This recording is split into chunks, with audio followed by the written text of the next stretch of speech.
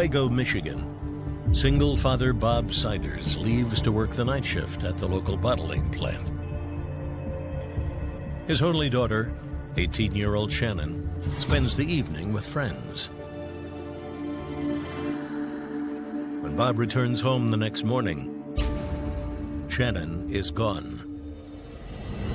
And the town of Newaygo would be haunted with the question for 25 years. Who killed Shannon Siders?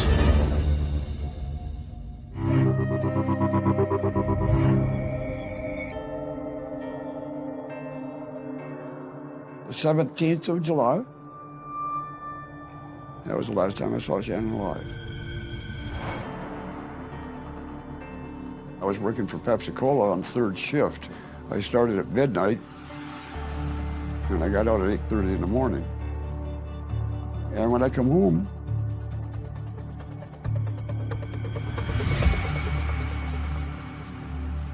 Shannon was nowhere to be found.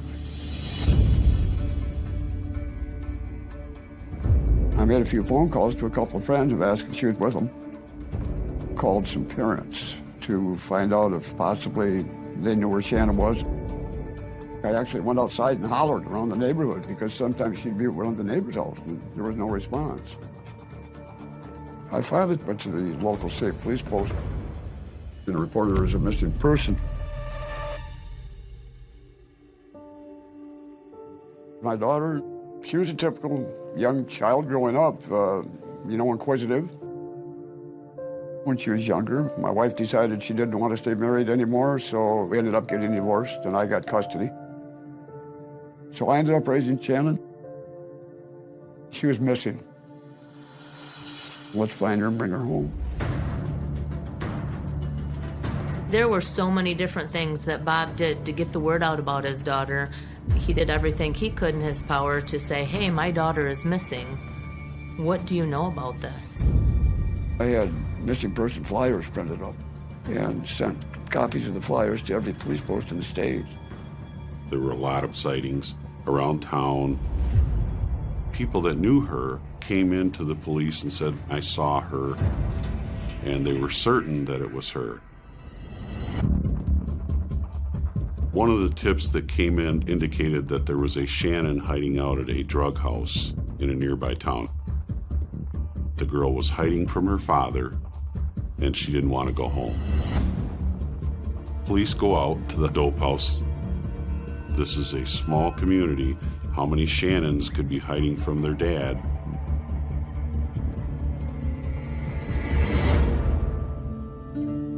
Unfortunately, it wasn't the right Shannon.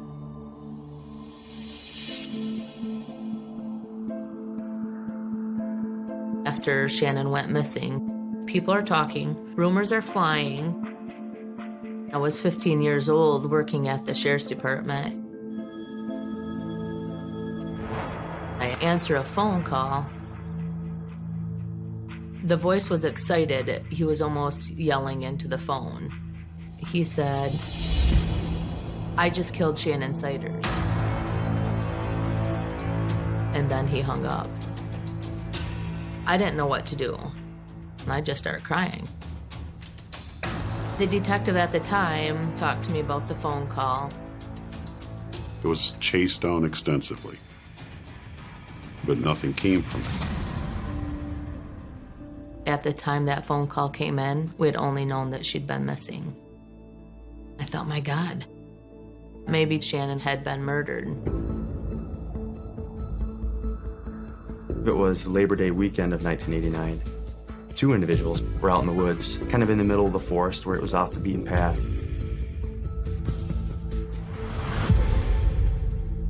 And they came across two separate pieces of identification. The cards both had Shannon's name on it. One of the Michigan State Troopers went out to the location where these cards were found.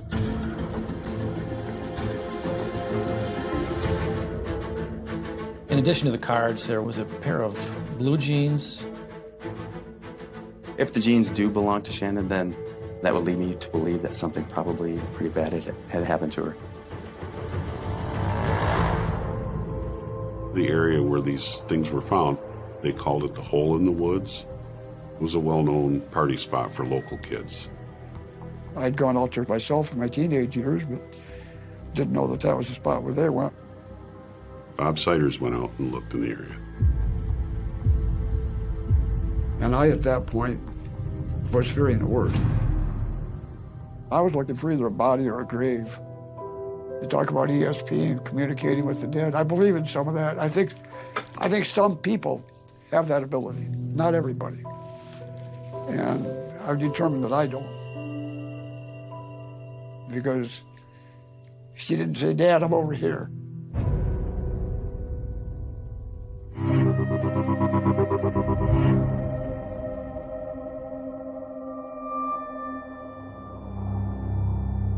The south end of the Manistee National Forest. This is the same location where Shannon's 2 pieces of identification had been found a month earlier. In western Michigan, deer hunting is a big deal. So a hunter was walking back into the plantings of the red pine plantation.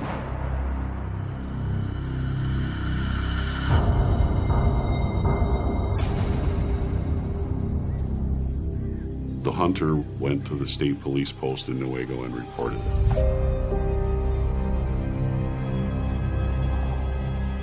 We got a phone call about 10 o'clock. And my girlfriend at the time, Linda, answered the phone. And I had trouble with this part. And she said, "When you used to talk to," she was the owner of a local bar and restaurant that we frequented. So she gave me the phone. And she said, "Bob, they found the body up here and they think it's Shannon. And the police are looking for you." I said, "Okay." I got to the state police post around midnight. They were waiting for me. And I talked to Detective Miller.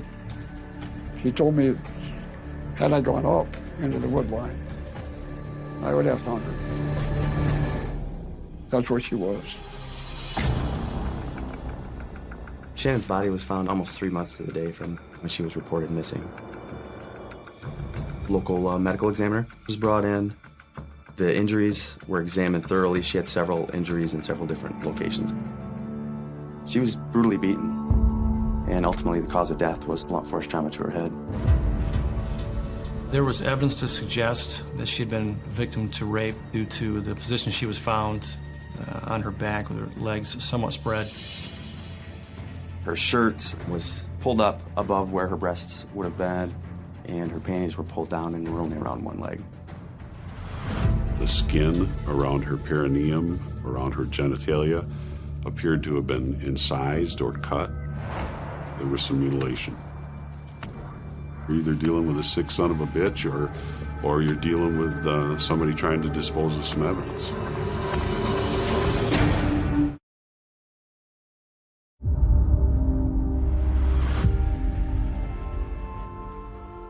I went to the local funeral home and made the arrangements for the funeral. One thing I knew for sure, she'd been in the woods for 3 months. I never viewed her, didn't want to. For the pallbearers, I had some difficulty with that. Because I felt that whoever killed her knew her. Not knowing who killed her, how do you pick pallbearers? I didn't use any of her friends, buddies, crowd that she hung with because of that. So I used cousins, and they were all females. Nobody knew who did it. So somebody's still out there. And I said, I don't want somebody that killed her to be a pallbearer.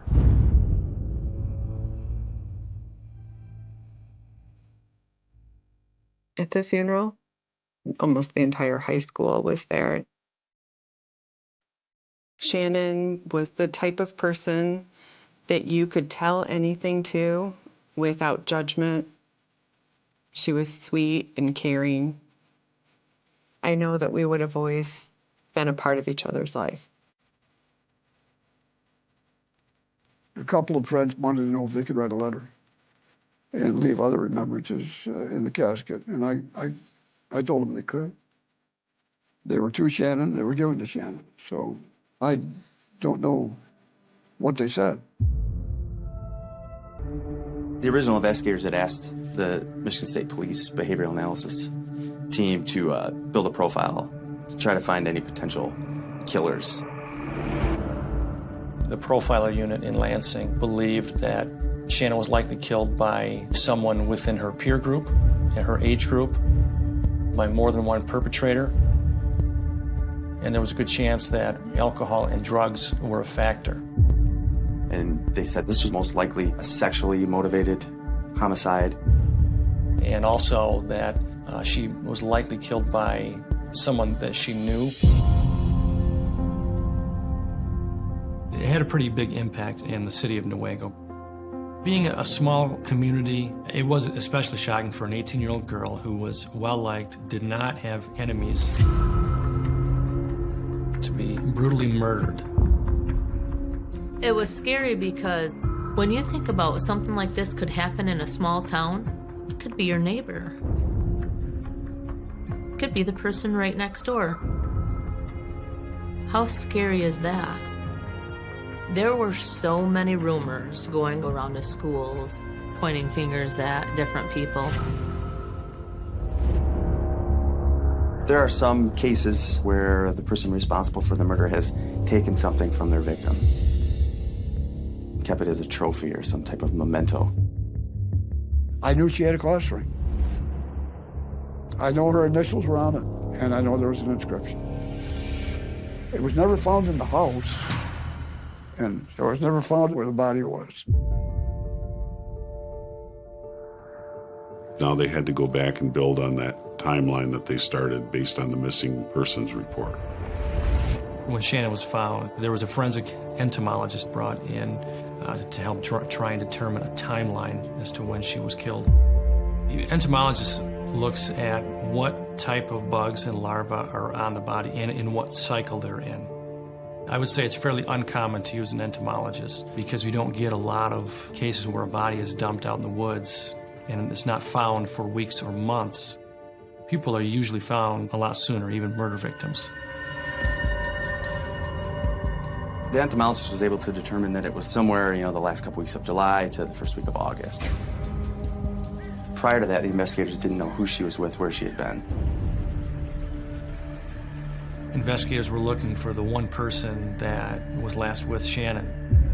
And it turns out there were 8 people that last saw Shannon alive.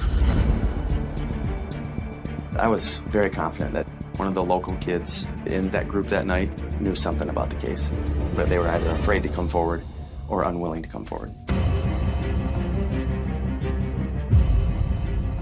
Now we have 8 suspects we have to either confirm or eliminate as being responsible.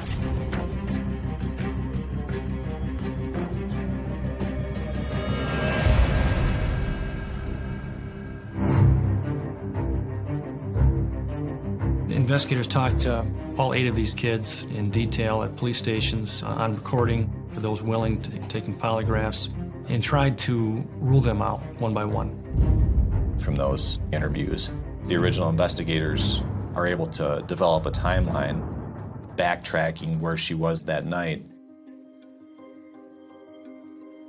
Shannon's father worked third shift in Grand Rapids, so that night he left the house about 10:30. Shannon was still home. After Shannon's dad goes to work, she ended up meeting up with some people that she knew. The kids in this group, they were local kids, liked to hang out, and they'd all kind of gone to school together. It was a typical group of teenagers whose real focus was partying. I would not have called that group her good friends. And that group of friends, 8 other individuals that were all together that night in 3 separate cars. They eventually ended up at the Hole in the Woods. Drinking, smoking, driving around the trails in the forest. And later that night, Shannon wanted to go home. She had been riding around with Levi Pearson and Brandon Sievers. If there was trouble, his name was associated. Brandon, she didn't like being alone with him.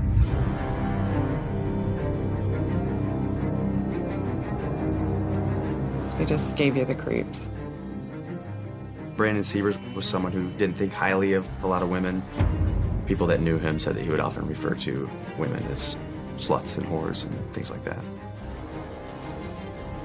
There were some tips coming in saying that Brandon had left town shortly after Shannon went missing. Made him look suspicious.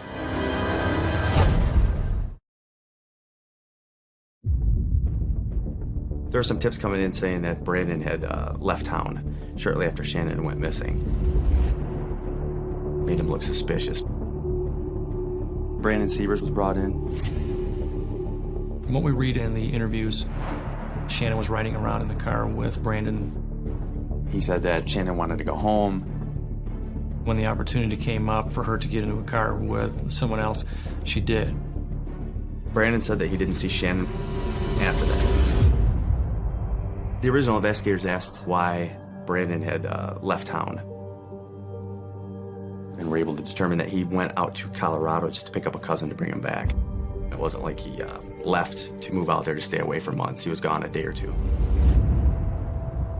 The kids told investigators that Shannon got into a car with Paul and Matt Jones.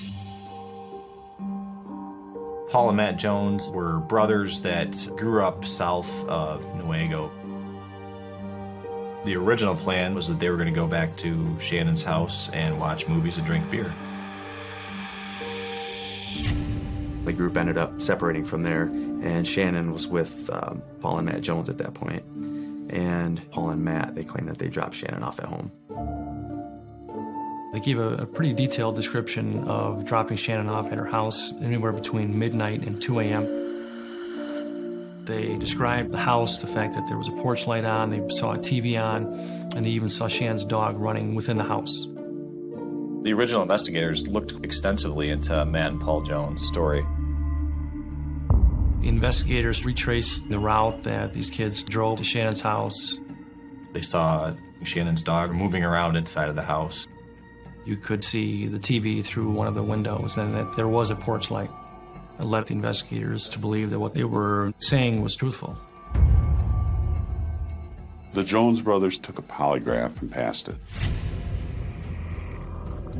Everybody in the group was looked at extensively. Those individuals didn't provide anything fruitful to the discovery of who killed Shannon. People wanted to think that it was a stranger. That would have been the easiest. But the fact that she was found in such a remote spot that was known to local people made that hard to stay with. Everybody thought somebody else did it. It changed the way I functioned during the day. Things like that just didn't happen here.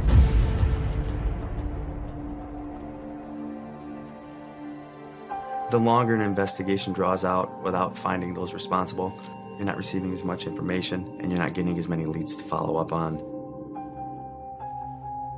Tips slowed way down. At certain points, they didn't come in at all. The investigation didn't have any traction.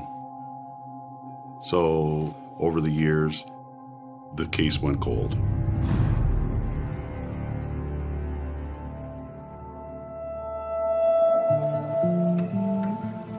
There's not a day goes by I don't think about her. How old would her children be? Would she be a grandmother by now? We lost a very special person in our lives.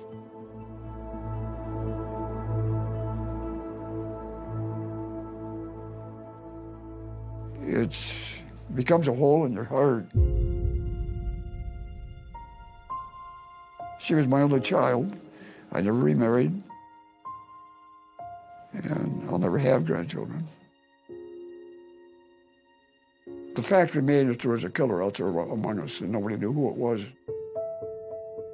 I rented a billboard, and I got 45 or 50 people on the M37 corridor to put "Who Killed Shannon Siders?" Somebody knows something. I knew I had to keep it out there in the public's eye. You'd get kind of a chill when you would see him. Everybody needed to be careful because things hadn't been solved.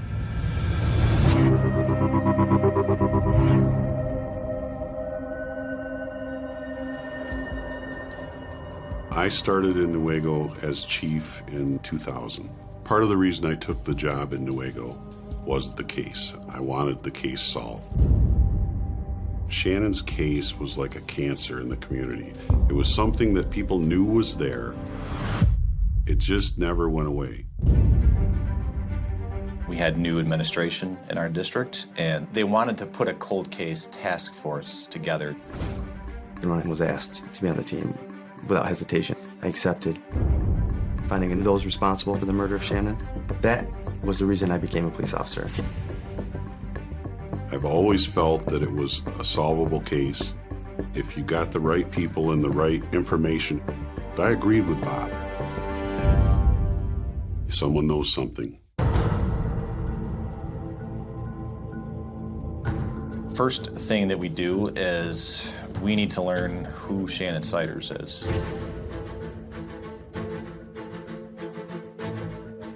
We call it victimology interviews. We're basically studying our victim to see if Shannon or Shannon's lifestyle will lead us to her killer. We talked to all of Shannon's family, her close friends, her acquaintances, just to find out who Shannon was. Through the victimology, it was pretty well known that Shannon always wore her class ring on her right hand. It wasn't in any of Shannon's personal belongings that were left behind at home. The ring is missing.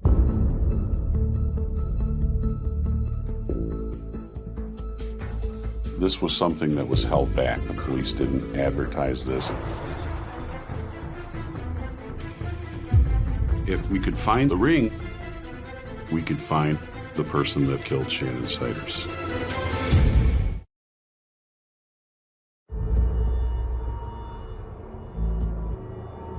For Pat, I think it was important to, if the ring was out there, he wanted to find it. That would be a crucial piece of evidence. If it still existed, first thing that needed to be eliminated was the ring laying out there where Shannon was murdered. Some years back, I got into metal detecting just as a hobby. I went out many times and looked in that area for Shannon's class ring.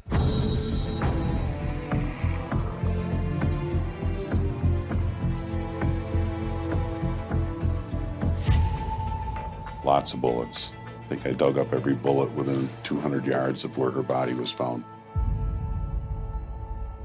You know, in the back of my mind, I was always hopeful that the ring would show up somewhere.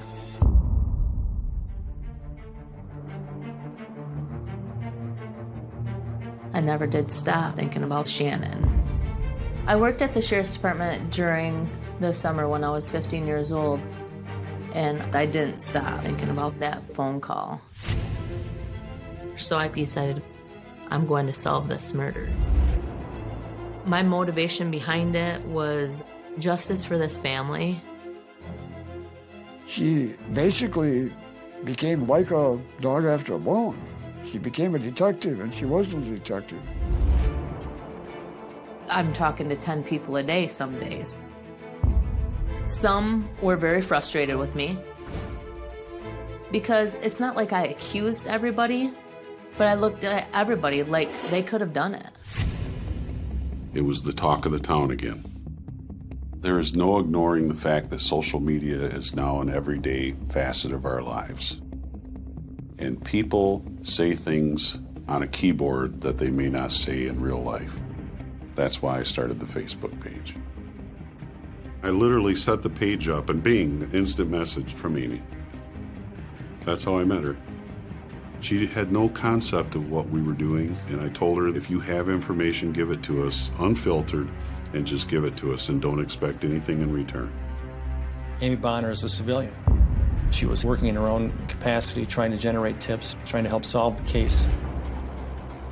People started thinking that Amy organized the Facebook page, and I was more than happy to let them think that. I received this Facebook message from a gal named Stephanie, and she tells me a story of her family and the possibility that they were involved in Shannon's murder. The Hammond family, as a local family, they have a bad reputation. So much incest and abuse and crazy stuff went on in that family. Stephanie tells me that there is a house on the lake that has a creek that runs underneath of it. Stephanie tells me Shannon was raped there by several people after being drugged.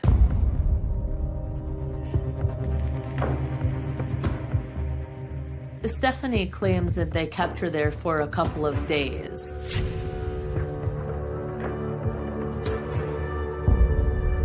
Then they took her from that location by a van out into the woods.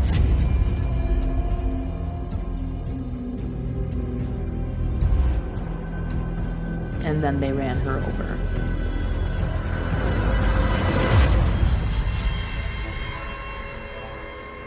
So I asked her to bring me there.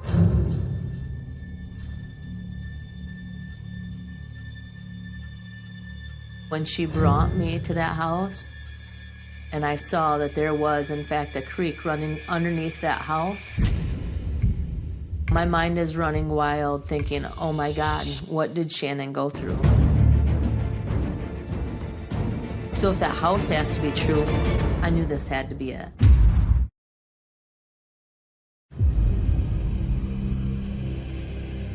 The day that I was taken to the house, I felt an emotional connection to Shannon. I can feel the pain of what they put her through.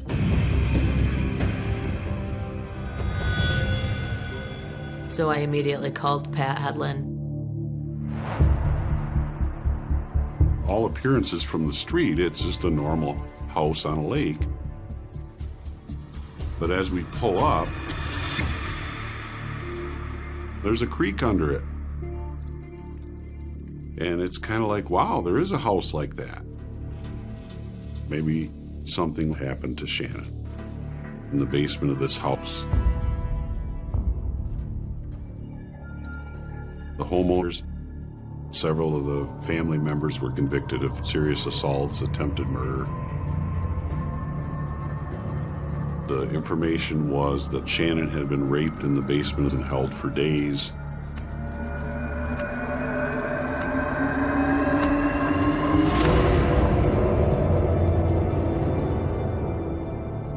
But the house has no basement. It's never had a basement. And when we look at the Hammond family, we talk to everyone that we could find in their life. There's no evidence that they had any involvement with Shannon and her murder.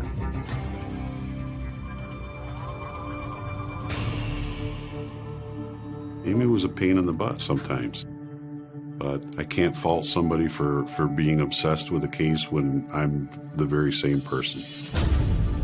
Was I obsessed? Absolutely I was. I did receive a few death threats. I felt that I was getting the death threats because I was getting close to the truth, but I wasn't about to stop. At this point in the investigation, there was still one thing that we wanted to do. We knew that there had been letters placed in the casket at the funeral, and police had never read those letters. There's a tip that indicated that there might have even been a confession letter in Shannon's casket. It wasn't an easy decision to make because that's pretty sensitive to have to bring someone out of their final resting place. So with the blessing of Bob Siders, we actually were wielding shovels and, digging Shannon up. There were a handful of letters. The letters were letters from friends telling her how much they loved her and how they were going to miss her. We didn't find a confession letter, unfortunately. And then Mike says, I think we've discovered something. She had some hair in her right hand. Glob of hair found on any victim's hand, I would assume that they probably fought back and got it from that person.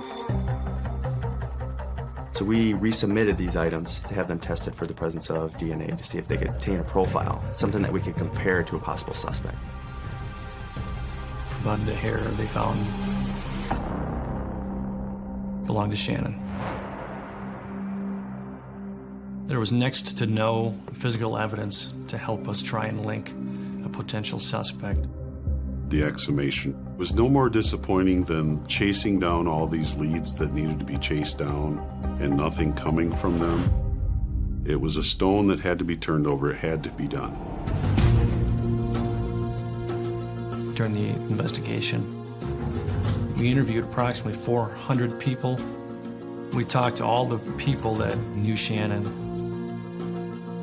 That led us to Julia Littich. Julia Littich was a friend of Shannon's. Julia had been interviewed by the original detectives, but the information that she brought was not in the original file.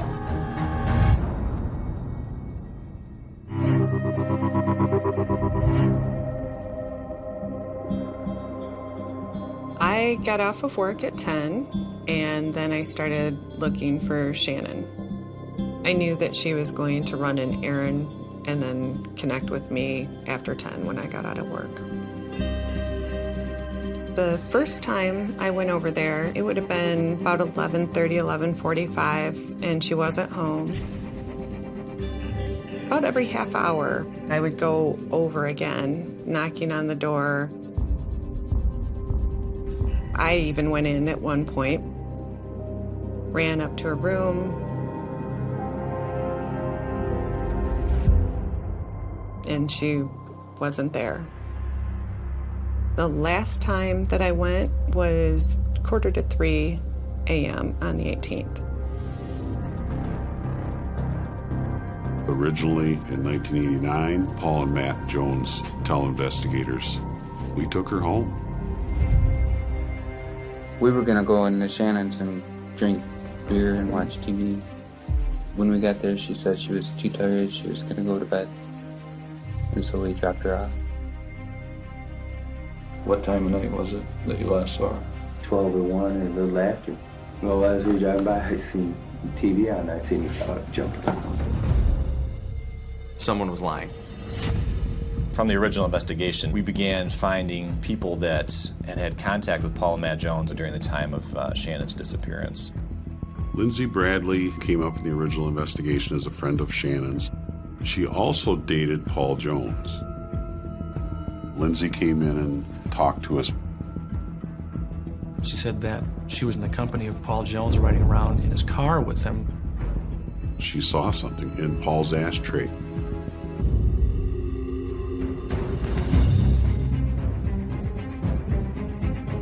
She said there was a female's class ring in the ashtray in Paul's vehicle.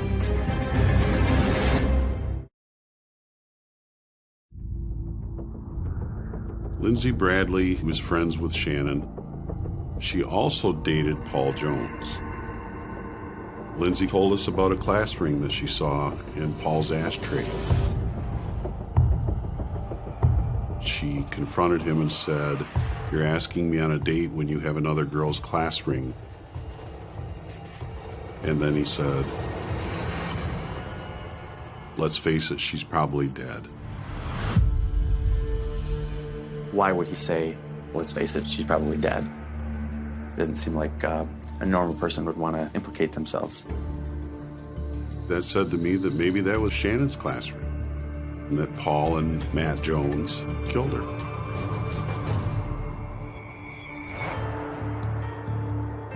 Because of the class ring in the ashtray of Paul's car, we believe they could have talked Shannon into going out to another party spot.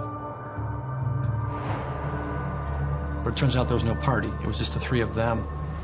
We believe there was some attempt at sexual advances and Shannon resisted. And they didn't want to take no for an answer.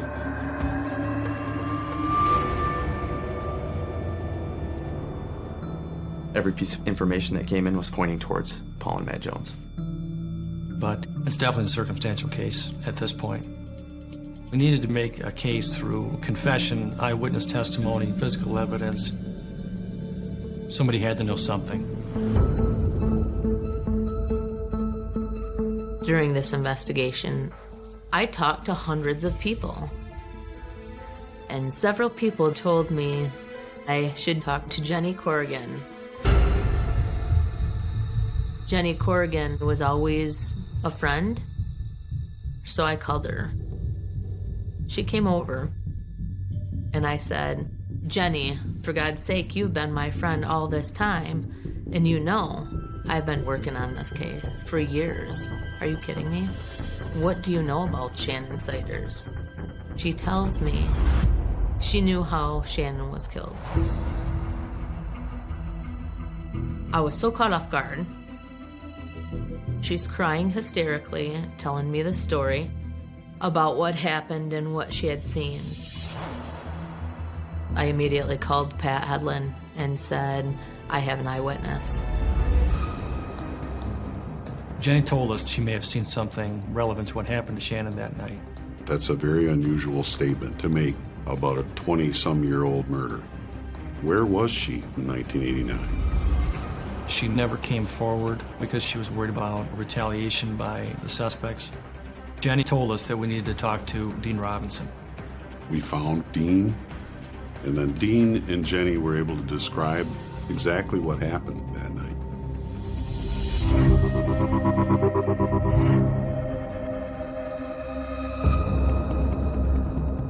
On the night that Shannon disappeared, Jenny Corrigan had not been with Shannon and the group of 8 kids. She was riding around with Dean Robinson. They came across a car that was parked. Dean ended up having a conversation with the driver of this other vehicle while Jenny stayed in the car. Jenny heard the person identify themselves as Jones. She overheard the driver say that they were looking for a girl. This definitely suggests that Shannon had gotten away from Matt and Paul Jones at some point.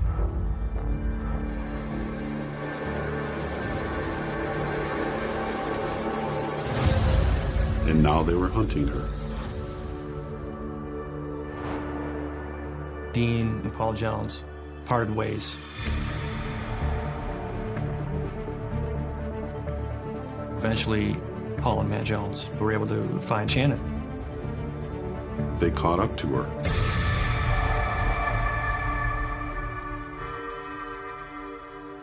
They beat her bad.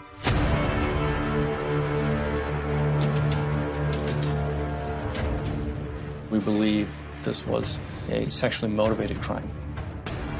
And they took turns raping her. And they crushed her skull. It wasn't just an assault. It was brutal enough where they knew that they were killing her. Later, Dean and Jenny came back through, and they see the same 2 brothers standing outside of the car with a girl laying unconscious or lifeless on the ground. Dean got out, started to run up to see if he could help, and tripped and fell.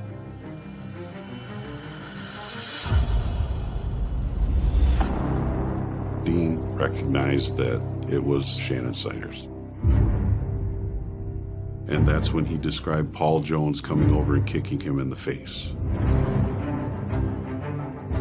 Matt Jones is coming around the back of their car with a hammer of some sort. And then once Matt had found out someone else was in the car, he decided to retreat.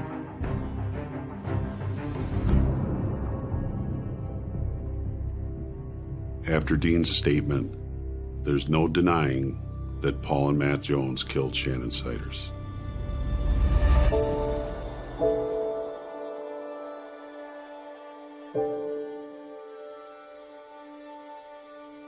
If we were to find and identify this person that did this, do you have any personal preference what should happen to the guy? Yeah, lock him up. Pardon? Lock them up for good. Lock them up for good. Solitude. Okay.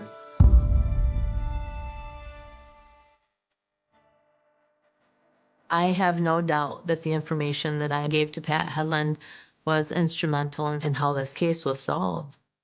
That day, Pat called me and told me that they were making arrests. I screamed, cried, screamed. You're not supposed to bury your children. That your children are supposed to bury you. But life goes on. She would have been 45. But I'm sure she would have had children. She wanted to be a mom, and she would have been a good mother. So I would have had grandchildren. So I missed all that. All the stuff that goes with your daughter becoming a woman and getting married, giving you grandchildren, the ups and downs of their life. And hopefully they have a better life than you had. But we got justice. Shannon finally got the justice he deserved.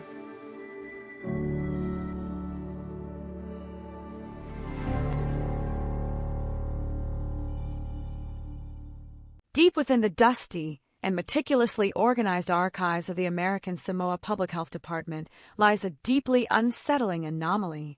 Government records, particularly those maintained by administrative bodies transitioning from military to civilian rule, are almost universally characterized by their dry, pragmatic nature. They are composed of endless logistical reports, budgetary constraints, infrastructure evaluations, and mundane personnel files. Yet, when civilian authorities began reviewing the historical logs in the year 1950, they encountered a particular dossier that completely shattered this bureaucratic monotony.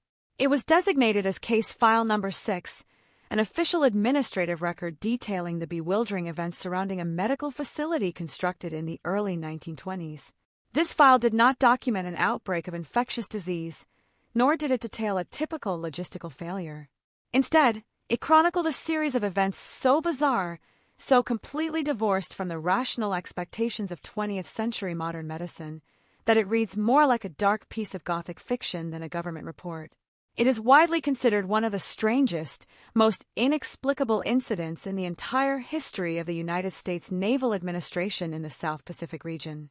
To truly comprehend the profound strangeness of what occurred at this medical station, one must first understand the unique sociological and criminological landscape of American Samoa.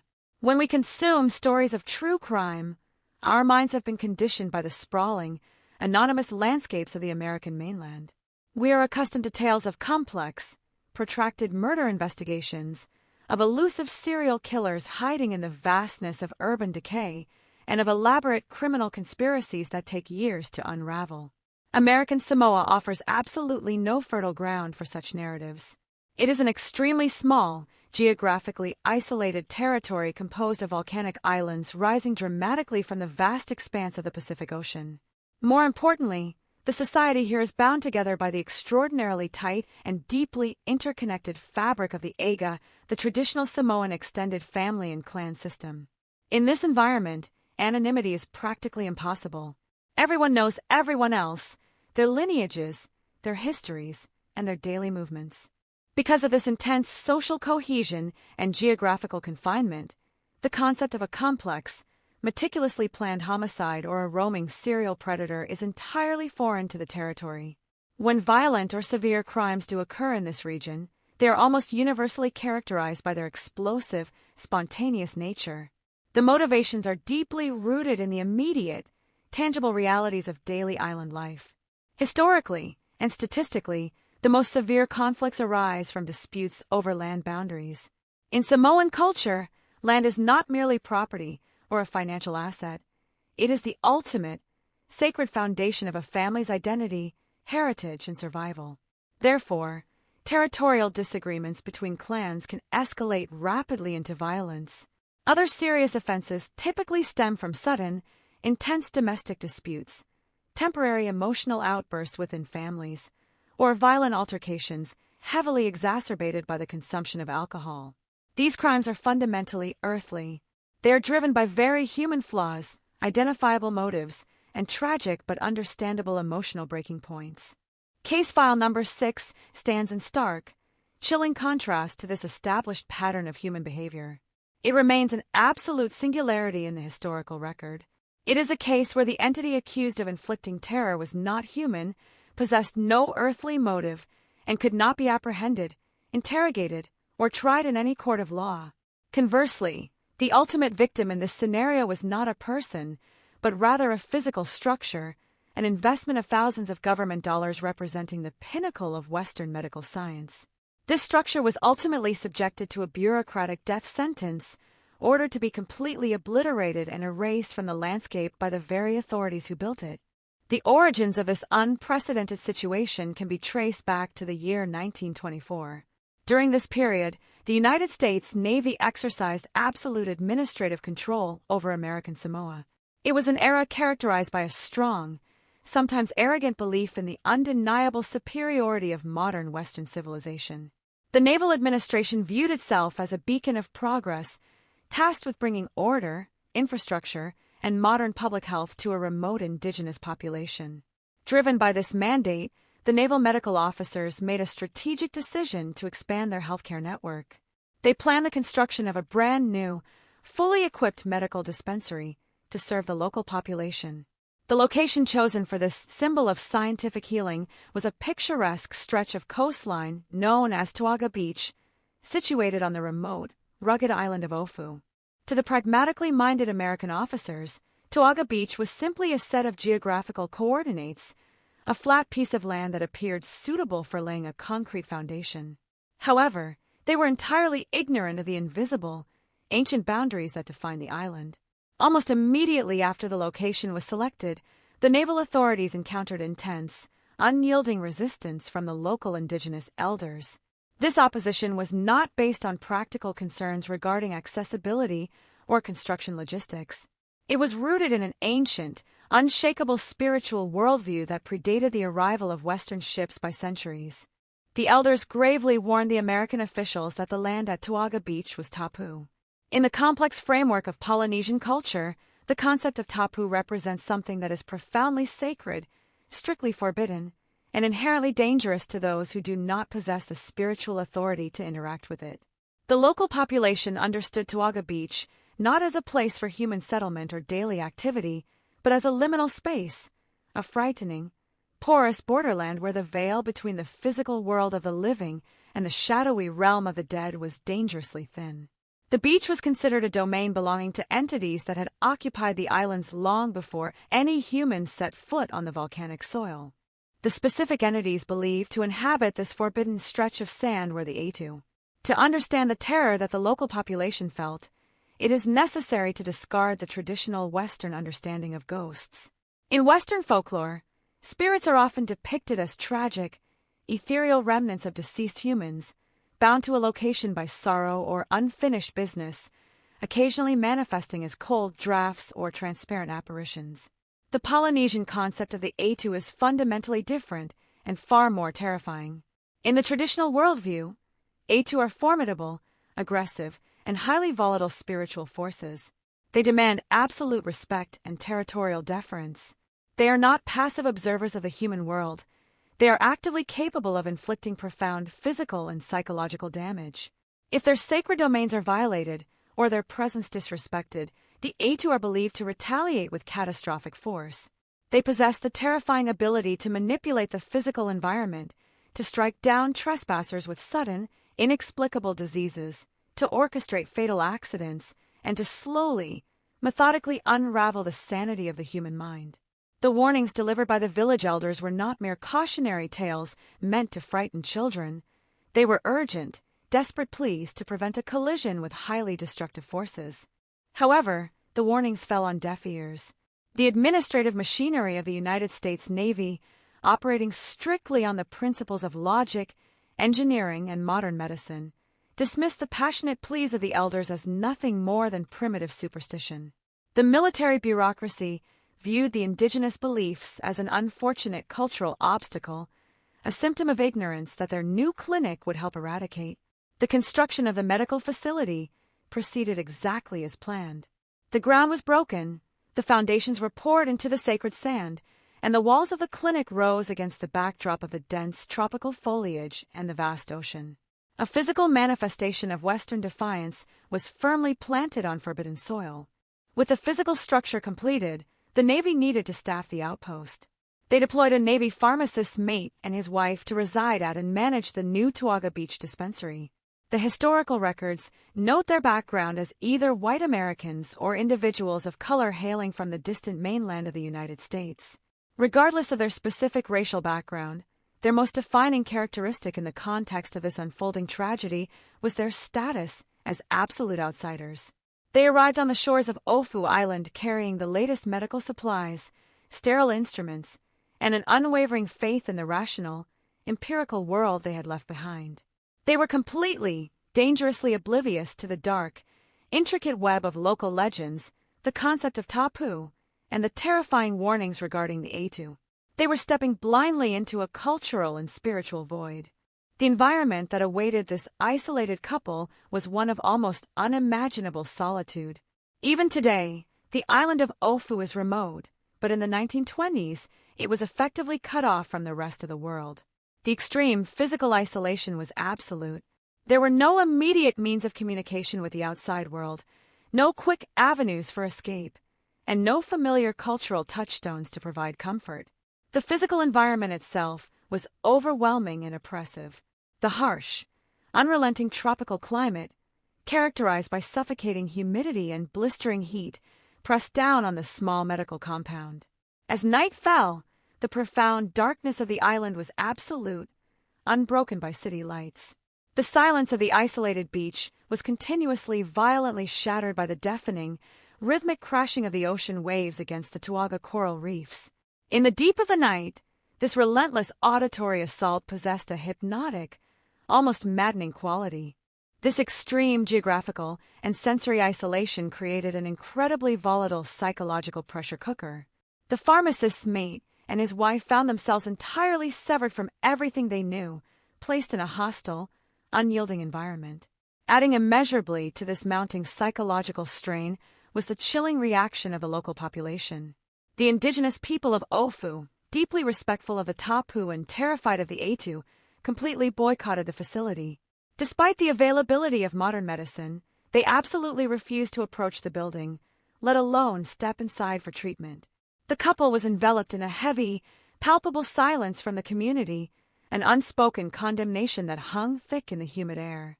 The locals simply watched from a safe distance, anchored by their ancient certainties, waiting for the inevitable consequences of the Navy's arrogant intrusion. It was within this intense crucible of extreme physical isolation, heavy colonial expectation, and the dark, terrifying weight of unacknowledged indigenous beliefs that the rational world began to violently fracture. The stage was perfectly, inevitably set for a catastrophic unraveling of reality. The couple, alone in their pristine, modern clinic, were about to confront something that their medical textbooks and naval training could never have prepared them for. What began as a confident mission of public health was about to descend into a grueling, terrifying ordeal that would test the very limits of human sanity and force a powerful military institution to confront the absolute limits of its own authority. The events that were about to transpire within the walls of the Tauga Clinic would blur the distinct line between psychological collapse and genuine supernatural terror, leading to a climax so profoundly disturbing that it remains a singular, chilling enigma in the annals of history. To understand the profound psychological collapse that would soon unfold at the Tauga Medical Station, one must first construct a detailed psychological portrait of the victims involved in this unprecedented administrative anomaly. In the vast majority of true crime investigations, the victim is a person whose life has been violently extinguished or irreversibly altered by the malicious intent of another human being. However, in case file number 6, the concept of the victim must be radically expanded and redefined. The victims in this historical narrative are twofold. First, there are the human subjects, the Navy pharmacist's mate and his wife, whose fundamental grip on reality was systematically dismantled. Second, there is the institution itself, the physical embodiment of early 20th century Western medical science, which was ultimately defeated, dismantled, and erased from the map. To grasp the sheer magnitude of this defeat, we must examine the mindset of the people who were sent to staff this doomed outpost and the incredibly harsh, unyielding realities of the environment they were thrust into. The individual assigned to the role of pharmacist's mate by the United States Navy in 1924 was not merely a healthcare provider. He was an active agent of a sprawling, highly structured colonial apparatus. During this era, the Navy Medical Corps operated with a rigid, almost dogmatic adherence to protocol, hierarchy, and the absolute certainty of scientific empiricism. The men trained in this system were taught to view the world through a deeply rational lens. Disease was caused by microscopic pathogens that could be identified, categorized, and eradicated with the correct application of modern chemical compounds. Mental distress was generally viewed through a clinical, often dismissive framework. The universe, in their training, was an orderly place governed by absolute physical laws, and the United States military was the ultimate enforcer of that order. The pharmacist's mate would have arrived in the South Pacific carrying this formidable psychological armor.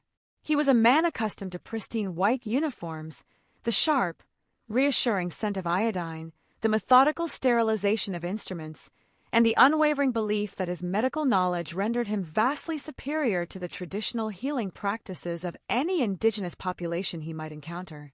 Accompanying him was his wife, a civilian woman who, like her husband, had been entirely uprooted from the familiar, structured landscape of the American mainland. Historical records from the era frequently describe the spouses of stationed military personnel as enduring immense hardships, expected to maintain domestic normalcy in profoundly abnormal, often hostile environments. For this couple, whether they were white Americans or people of color from the stateside, their primary defining characteristic upon arriving in American Samoa was their absolute, uncompromising status as cultural outsiders. They were entirely unequipped, both linguistically and culturally, to comprehend the complex society they had just entered. They did not speak the Samoan language. They did not understand the intricate social hierarchies of the Aga clan system, and most crucially, they were completely ignorant of the deep, pervasive spiritual landscape that governed every aspect of daily life on the islands. They stepped off the naval transport vessel possessing nothing but their luggage, their medical supplies, and an overwhelming, dangerous naivete regarding the ancient forces that the local population believed controlled the land. The journey from the bustling ports of the American mainland to the remote shores of Ofu Island would have been an arduous, disorienting experience, serving as a gradual stripping away of everything familiar. After weeks traversing the vast, featureless expanse of the Pacific Ocean, their arrival in the territory would have been a massive sensory shock. American Samoa in the 1920s was not the stylized, romanticized tropical paradise often depicted in contemporary travel literature. It was a raw, primal environment where the forces of nature dictated the terms of survival. The main administrative center of Pago Pago on the island of Tutuila offered a slight semblance of military order, but the couple was not destined to stay there. They were assigned to the Manue Island Group, specifically the rugged, isolated island of Ofu, an outpost located even further away from the tenuous safety of the Central Naval Command. The geographical isolation of the Tuaga Medical Station cannot be overstated. Today, global communication is instantaneous, but for the pharmacist's mate and his wife, their placement on Ofu meant entering a state of near total severance from the outside world. There were no established telephone lines connecting them to headquarters. Radio communication, if available at all, was primitive, highly unreliable, and subject to the frequent atmospheric disturbances common in the South Pacific. Their only physical link to their superiors, to their homeland, and to any form of emergency assistance was the naval supply ship, a vessel that arrived on an incredibly infrequent and irregular schedule, entirely dependent on the unpredictable mercy of the ocean weather. Once that ship deposited them on the beach and disappeared over the horizon, they were entirely alone, trapped between the dense, impenetrable tropical jungle and the vast, unforgiving expanse of the Pacific. This extreme physical isolation was immediately compounded by a deeply oppressive, relentless climate. The environment on Ofu was drastically different from anything they would have experienced on the mainland. The heat was a tangible, physical weight, a suffocating blanket of high humidity that never truly lifted, even in the deepest hours of the night. The tropical sun was merciless, beating down on the corrugated iron roof of their medical compound, turning their living quarters into a sweltering oven. The air was thick with the scent of decaying vegetation, damp earth, and the constant, salty brine of the ocean. In this relentless environment, simple tasks required monumental effort, and the physical toll on a body unaccustomed to the tropics would have been immediate and severe. However, the most insidious environmental factor contributing to their eventual psychological breakdown was the auditory landscape of Tauaga Beach. The medical station had been constructed right on the coastline, adjacent to a massive, ancient coral reef. The Pacific Ocean does not gently lap against the shores of Ofu. It crashes with a violent, terrifying intensity. The sound of the oceanic swells breaking against the sharp, jagged coral of the Tauaga Reef was absolutely deafening. It was a continuous, rhythmic, roaring thunder that permeated every inch of the medical facility. During the daylight hours, this sound was a constant, exhausting background noise, forcing the couple to shout simply to be heard over the natural violence of the sea. But as night descended and the visual world was completely obliterated by the absolute, inky darkness of the remote island, the sound of the ocean morphed into something deeply sinister. The crashing waves created bizarre, echoing acoustics, amplifying the natural sounds of the night, distorting the wind, and creating auditory illusions that played heavily on the exhausted, isolated human mind. The relentless, rhythmic pounding of the water became a form of sensory torture, slowly eroding their ability to concentrate, to rest, and ultimately, to maintain their grip on rationality. As if the sheer geographical and environmental isolation were not enough to shatter their resolve, the couple was immediately subjected to a profound, devastating form of social isolation orchestrated by the local indigenous population. The United States Navy had constructed the clinic with the arrogant assumption that the locals would immediately abandon their traditional healing methods and flock to the modern facility out of sheer gratitude. They had completely failed to anticipate the deeply ingrained power of the tapu and the absolute terror associated with the Atu. When the village elders warned the naval commanders that Tauaga Beach was a cursed, forbidden domain, they were not merely expressing a difference of opinion, they were stating an immutable law of their reality. Consequently, when the clinic opened its doors, completely stocked with modern medicines and staffed by the newly arrived American couple, the response from the indigenous population was a chilling, absolute boycott. The Samoan people, bound by their strict social structures and their unwavering respect for the spiritual boundaries of the land, simply refused to acknowledge the existence of the medical station. They would not approach the building, they would not seek treatment for their ailments, and they would absolutely not interact with the pharmacist's mate or his wife.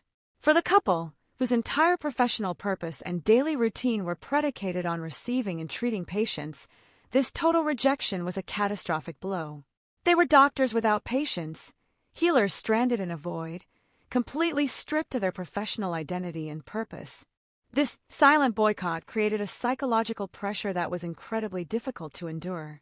The couple knew they were being watched. From the edges of the dense jungle foliage, from the safety of the distant villages, the eyes of the local population were constantly fixed upon the white structure on the forbidden beach. But the locals offered no greeting, no trade, no human connection whatsoever. The couple existed in a state of suspended animation, enduring the oppressive heat, the deafening noise of the reef, and the heavy, palpable silence of the human community surrounding them. They were marooned on an island populated by thousands of people, yet they were experiencing a level of interpersonal isolation that was absolute and terrifying. As the weeks stretched out, the pristine order of their naval training began to fray under the relentless, invisible pressure of their environment. The immaculate medical instruments remained unused, slowly beginning to tarnish in the corrosive, salty air. The neatly organized logs remained blank. The daily routine devolved into an endless, monotonous cycle of waiting, watching the empty horizon, and listening to the maddening roar of the ocean.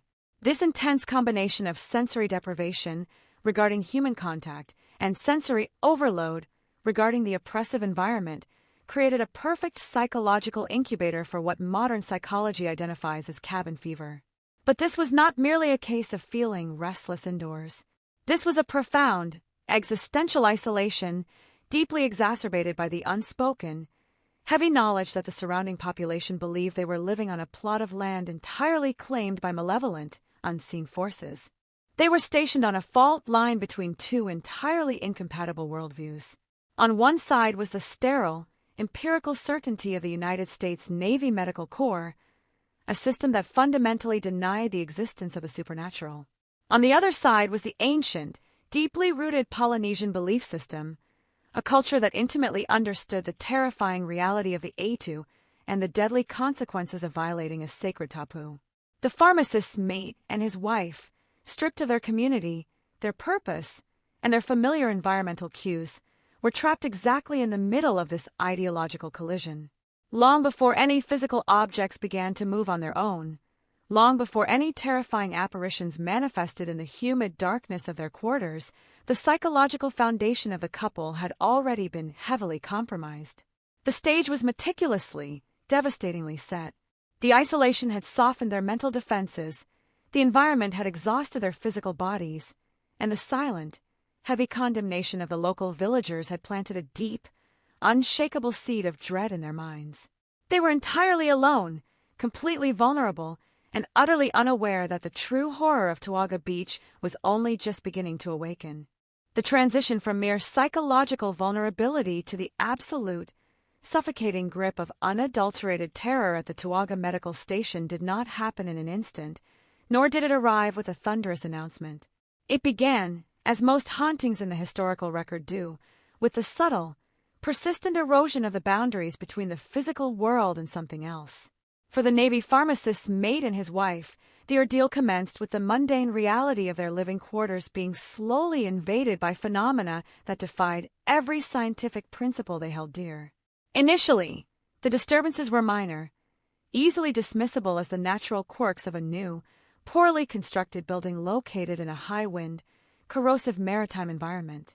They were the creaks and groans of settling timber, the shifting of floorboards under the intense pressure of the tropical heat, and the sudden, sharp percussions of falling objects, the types of events that a person with a rational mind would immediately attribute to structural instability or the intrusive wildlife common to the island.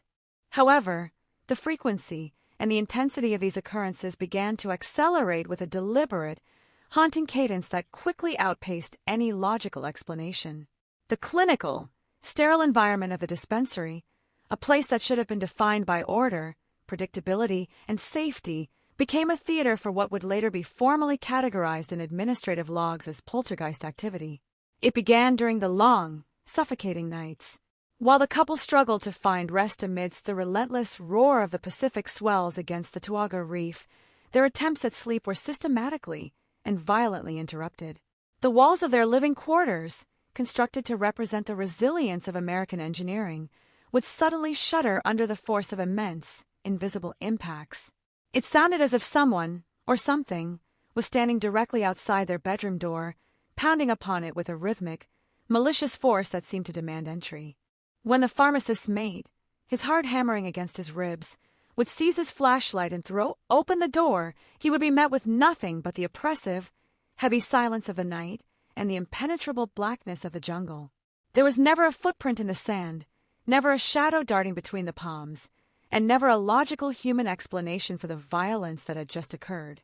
The initial assumption that this was some form of harassment by the local population, a desperate attempt by the villagers to drive them away by mimicking the activity of the Atu, was quickly abandoned.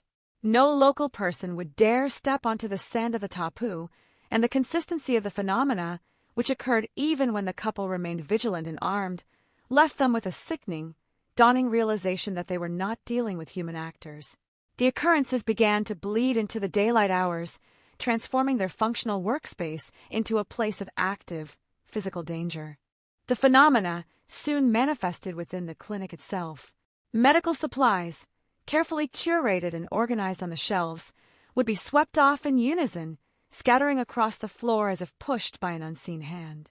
Surgical instruments that required absolute precision, would be found moved or rearranged, despite the room being locked from the inside.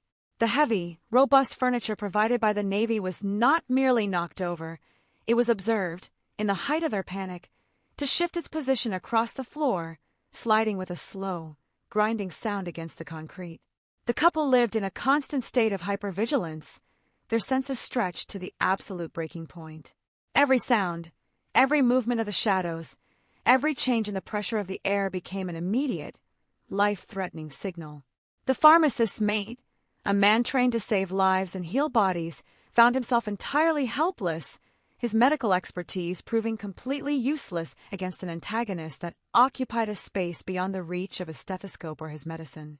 As the physical environment continued to manifest these violent, inexplicable anomalies, the psychological impact on the couple deepened into a state of profound, irreversible trauma. They were no longer merely isolated, they were under siege. The exhaustion was absolute. Their sleep was stolen by the relentless, mocking percussion against their walls, and their days were consumed by the constant, agonizing anticipation of the next manifestation. The paranoia, which had been a creeping, distant threat when they first arrived, now dominated every waking thought. They stopped speaking to one another, their shared reality having become too fragile to sustain conversation, and instead they existed in a shared, silent agony, constantly scanning their surroundings for the next sign of the invisible. Their physical health, already challenged by the oppressive climate of Ofu, began to deteriorate rapidly. They suffered from chronic weight loss, severe tremors, and the classic, harrowing symptoms of total nervous system collapse. The zenith of this terrifying progression, the moment when the rational world of the Navy Medical Corps and the spiritual reality of the Ada finally collided in a way that could no longer be denied or hidden, occurred within the sanctity of their private residence. The reports that would eventually make their way into the records are brief, sparse, and permeated with a tone of utter, desperate disbelief. On a night that began as many others, marked by the usual, exhausting auditory bombardment of the reef and the inexplicable shifting of the furniture, the pharmacist's mate encountered something that would haunt him for the remainder of his life. He described a manifestation that transcended the simple, physical disturbances of the past. He reported the presence of a tall, powerful entity within their quarters, a form that occupied the space with an undeniable, heavy authority. Crucially, this entity was described as being entirely without a head. It was a silhouette, a void in the air that seemed to absorb the dim, ambient light of the room, standing as a silent, monolithic protector of the forbidden beach. This was not a translucent ghost of the Western tradition. It was a physical, aggressive manifestation of the Atu. The description provided by the pharmacist's mate, who had entered the experience as a man of science, was consistent with the terrifying legends that the elders of the village had whispered about for generations. The entity did not speak. It did not interact in any conventional sense, yet its very presence was an act of profound, aggressive violence against the sanity of the observers. The encounter was not a fleeting glimpse seen in the corner of the eye. It was a sustained, overwhelming experience that forced the couple to acknowledge the reality of the forces they had so arrogantly dismissed. In that singular moment, the wall between their modern, empirical education and the ancient, spiritual world of the Samoan Islands was utterly demolished. The pharmacist's mate, a man whose identity was built upon the foundation of what he could see, measure, and understand, was confronted with an entity that defied the very laws of his universe. The report, as captured in the administrative logs, reflects the raw, unvarnished terror of the event. He and his wife did not attempt to fight. They did not attempt to study or analyze the occurrence. They collapsed. They retreated from the residence, fleeing into the darkness, completely stripped of their belief in the safety of their institution, their government, or their own minds. They were no longer acting as representatives of the United States Navy. They were two terrified human beings, reduced to their most primal, defensive state, fleeing from a power that they finally, and devastatingly, understood they were never meant to challenge. The aftermath of this encounter was immediate and catastrophic. The couple was physically and psychologically broken, unable to function, and utterly incapable of returning to the Tauaga Medical Station. They were removed from the location, and their state was so severe that it triggered an immediate, intense investigation by their superiors. This was the moment where the administrative record, previously a dry accounting of resources, began to capture the impossible. The officers tasked with assessing the situation found themselves in an impossible position. They arrived at the dispensary to find it intact, yet completely saturated with a sense of abandonment and dread that could not be explained by the standard metrics of military inspection. They spoke to the locals, who remained unmoved by the distress of the Americans, simply nodding in quiet, grim acknowledgement of the inevitable. The records show that there was no attempt to explain these events away as a hoax, no search for a human perpetrator, and no effort to dismiss the testimony of the pharmacists made as mere madness. There was only the clinical, chilling acceptance of the reality of the situation. The Navy had encountered a force that could not be managed by their standard administrative protocols, a force that had effectively neutralized their outpost without a single shot being fired or a single blow being landed by a human hand. The medical facility, once a symbol of American progress, had become a tomb of failed intentions. The clinical atmosphere, the sterilization protocols, and the authority of the Navy were all rendered entirely irrelevant by the presence of the A2. The station was abandoned, the couple was evacuated, and the bureaucracy was left with a gaping, uncomfortable silence where their mission had been. The mystery was not what had happened in the physical sense, but how a massive, modern institution could be so utterly defeated by a force it fundamentally refused to recognize. The decision to permanently close the facility was not made by doctors or politicians, but by the weight of the inexplicable, as the authorities were forced to confront the haunting, chilling fact that they were in possession of a structure that was, in every sense of the word, lost to the island.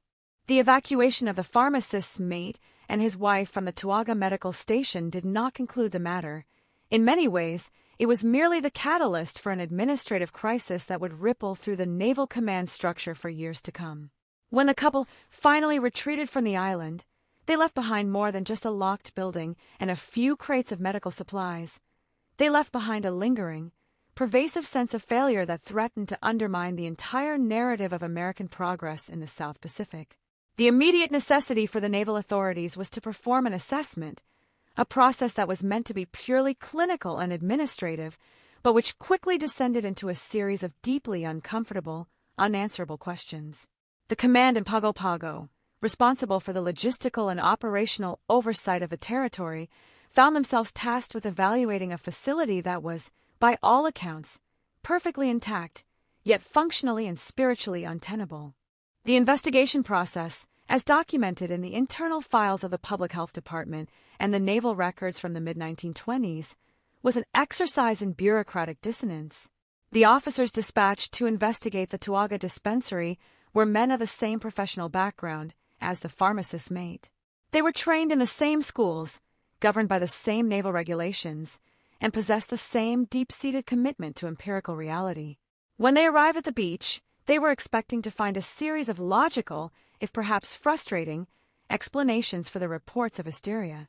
They arrived with the intention of identifying a human culprit, a logical mechanical failure, or perhaps a localized environmental condition that had triggered a case of severe, shared psychological distress.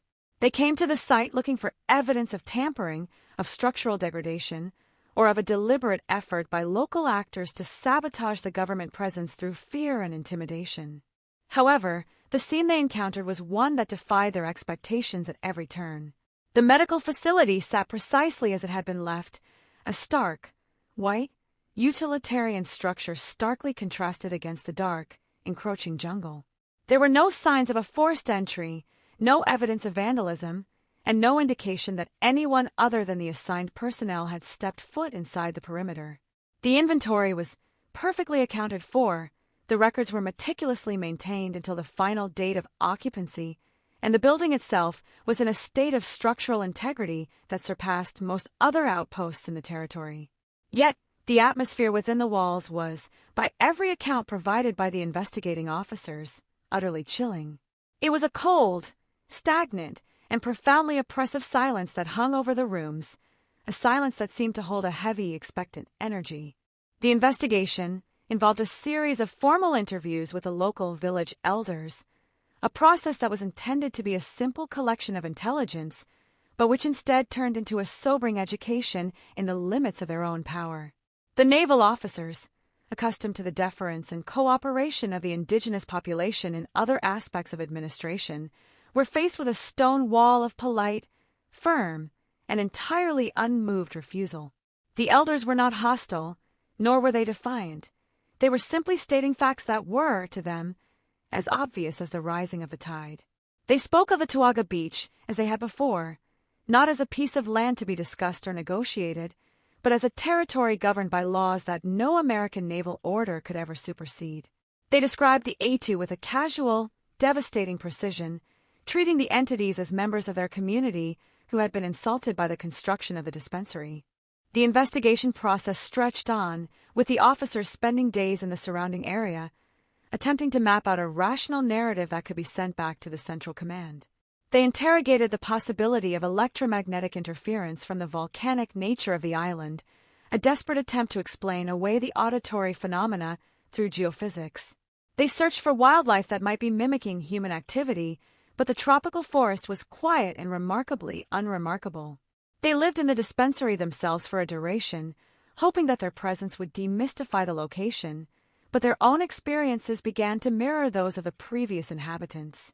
The rhythmic percussion on the walls, the sudden, sharp, inexplicable shifts in the air pressure, and the suffocating feeling of being observed by an unseen force, these things began to infiltrate their own logic. The officers were forced to confront a reality that they could not report without risking their professional reputations. The report that was finally submitted to the Naval Command is a masterpiece of bureaucratic omission. It avoids the terminology of the supernatural, preferring instead to utilize the clinical, detached language of administrative necessity. It highlights the severe and irreversible decline in the mental health of the station personnel, citing the extreme isolation and the environmental stressors as the primary drivers of the crisis. It acknowledges the insurmountable divide between the facility and the local population, framing the boycott as a fundamental failure of public health outreach. It presents the case not as a supernatural event, but as a comprehensive, total failure of the medical station to fulfill its intended mandate. The document is, in effect, a surrender. It does not argue for a solution. It argues for a complete, total cessation of operations, a formal admission that the facility was, for reasons beyond the reach of naval intervention, an impossibility. The process of the investigation and the resulting report created a profound, lingering discomfort within the naval administration. It challenged the very assumption of authority that the United States government relied upon to justify its control over the territory. If the Navy could be evicted from a piece of land by a force that it could not recognize, could not negotiate with, and could not combat, what did that say about the true nature of their occupation? The investigators were never able to provide a satisfying explanation for the files. They were left with a series of empty rooms and a profound sense of unease that lingered long after they returned to their duties in other parts of the island. The Tauga dispensary became a forbidden topic within the ranks, a whisper of a failure that the administration preferred to leave in the dark, dusty corners of the archives.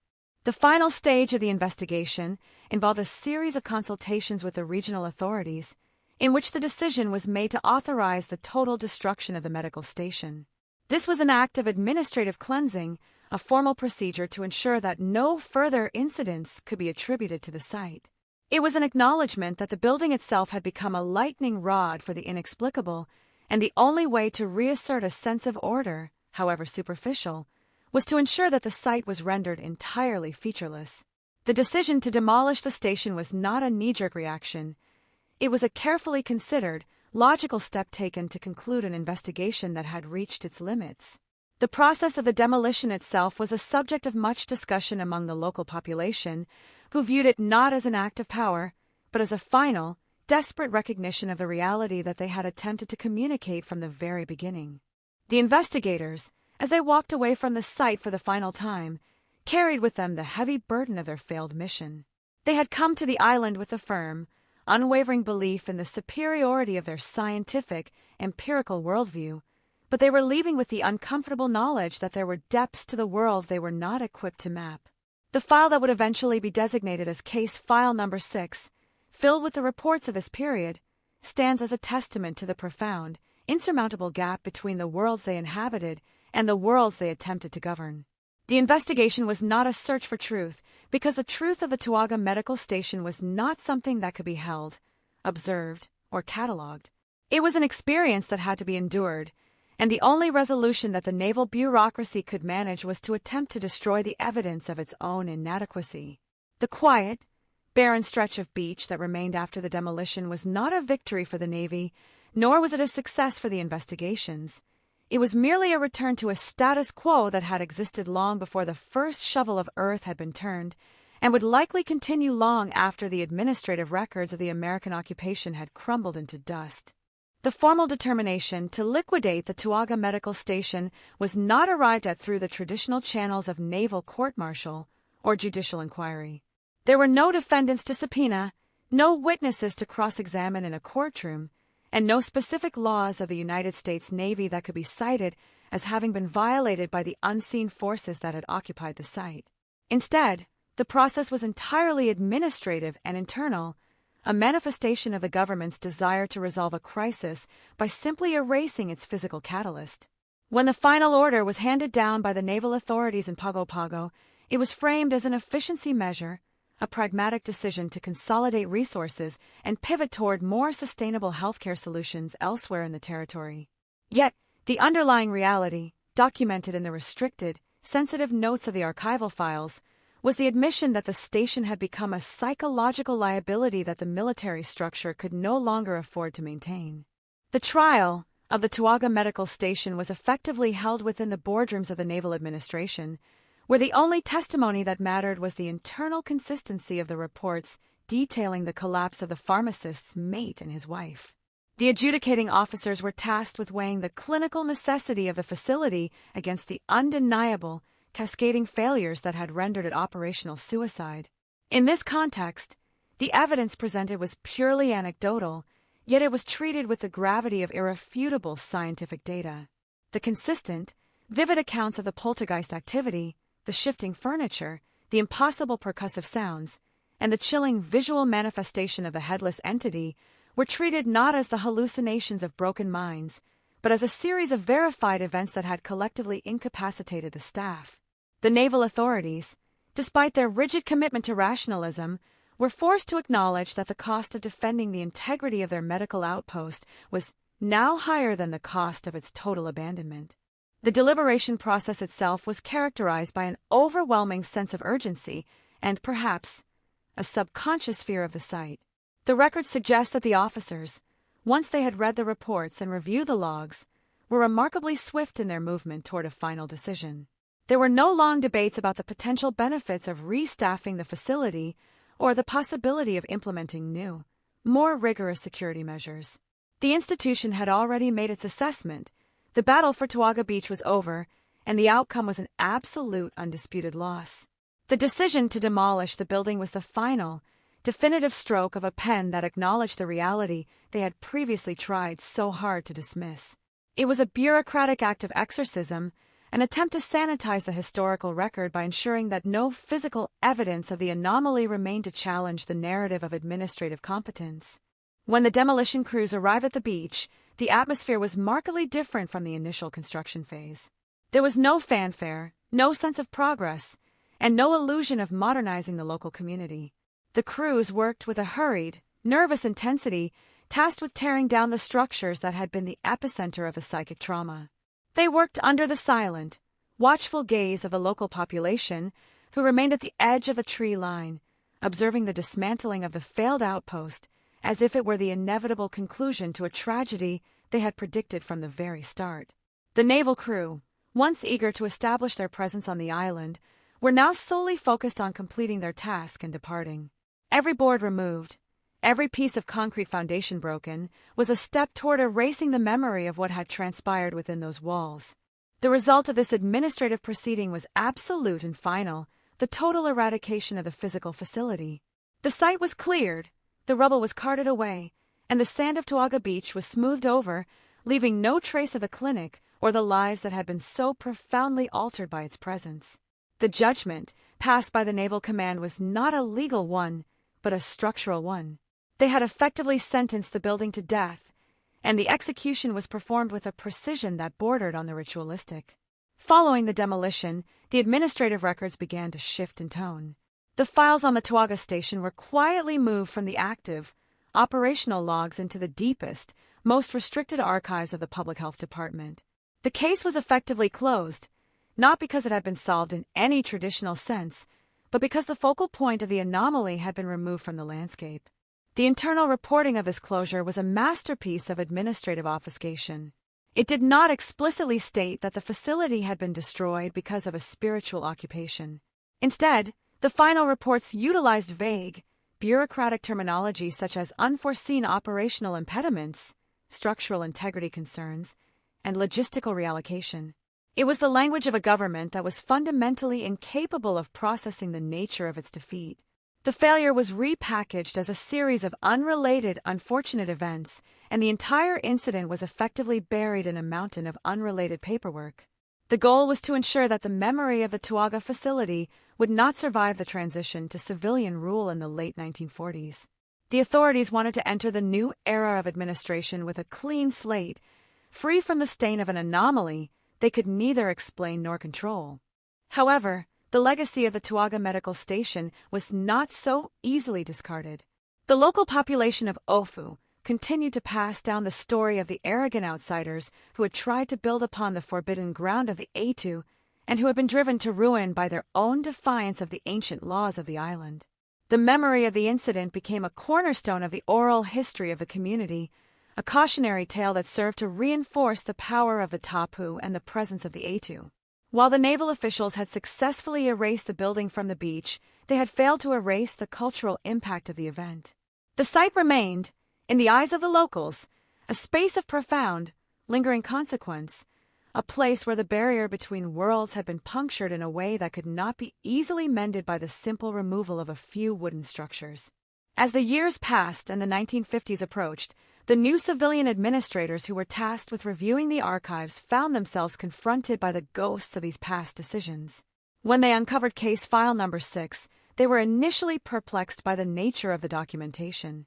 They found the dry, clinical language of the naval reports increasingly incongruous with the terrifying, visceral nature of the events being described. They struggled to reconcile the professional, disciplined tone of the naval officers with the chaotic, inexplicable reports of the pharmacist's mate and his wife. The file became a recurring, uncomfortable feature of their administrative duties, a document that forced them to question the limits of their own bureaucratic authority and the validity of the history they were inheriting. The verdict of history, as recorded in these archives, remains a chilling testament to the power of the unknown.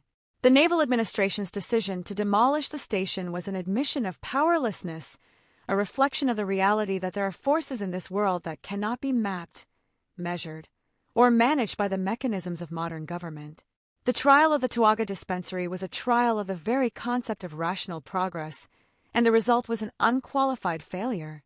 The Navy had come to the island with the conviction that they could impose their order on the world, but they were defeated by the quiet, ancient resilience of a culture that had long ago learned to live alongside the inexplicable. The file remains in the archives, a silent, dusty testament to a moment when the modern world looked into the mirror of the unknown and, seeing its own reflection fractured and distorted, chose to break the mirror rather than look any longer. It is a record not of a crime, but of a fundamental, irreconcilable collision of realities that left the institution diminished, the personnel traumatized, and the land itself, as far as the local population is concerned, unchanged by the brief, arrogant intrusion of the modern world.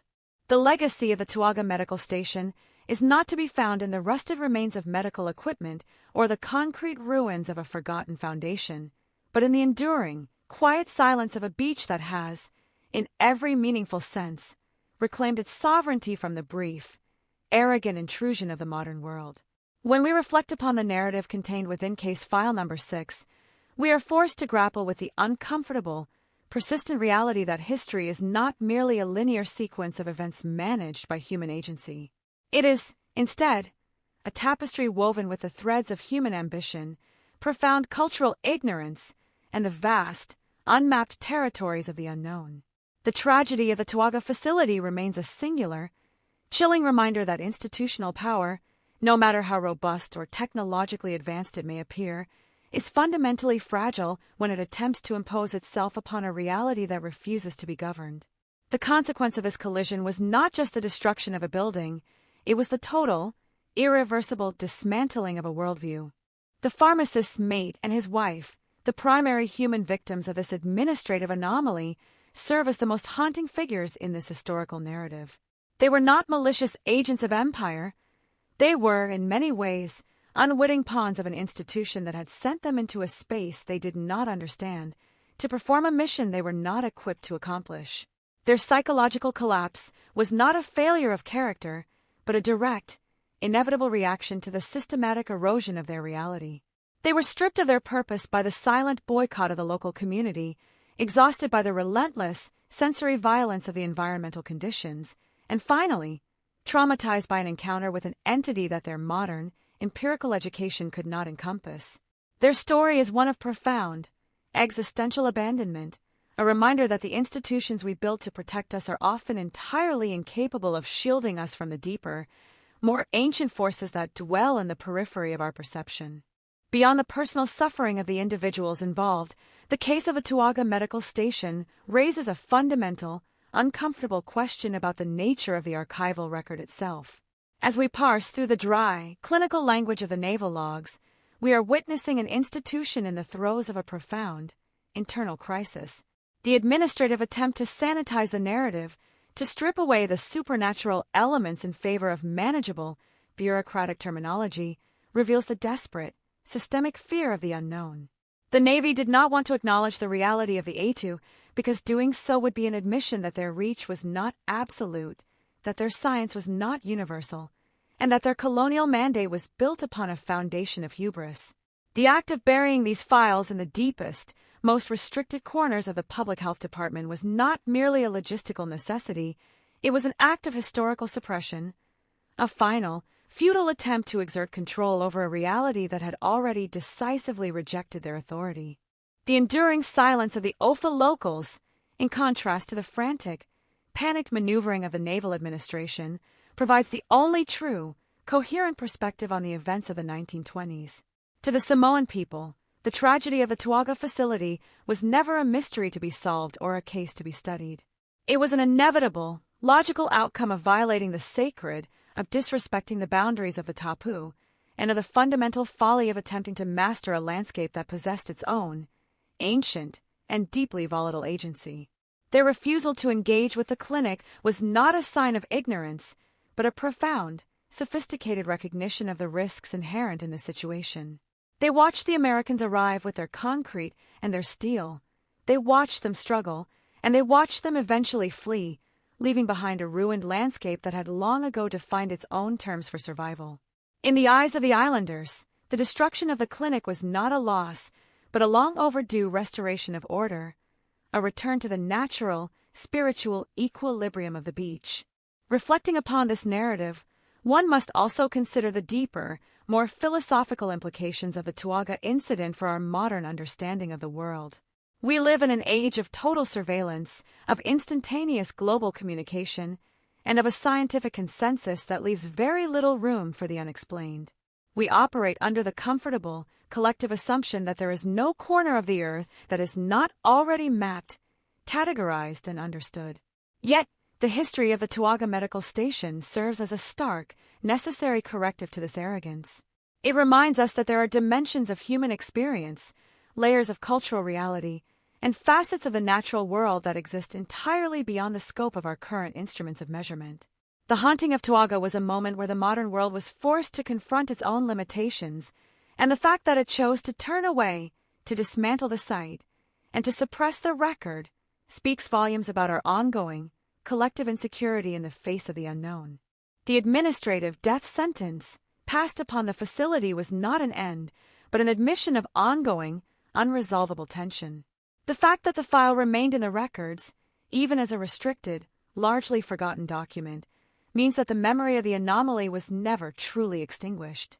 It survived as a ghost in the machine of the government bureaucracy, a persistent, uncomfortable anomaly that every subsequent generation of administrators would have to, at some point, confront. The Ituaga case acts as a rupture in the orderly, expected flow of history, a jagged edge in the smooth narrative of colonial progress that catches the eye and refuses to be smoothed over. It remains a persistent, nagging enigma that challenges the very foundations of the administrative reality we take for granted. Ultimately, the story of the Ituaga Medical Station is a testament to the persistent, often violent vitality of the past. The Ada did not disappear when the clinic was razed to the ground, nor did they vacate the coastline of Ofu.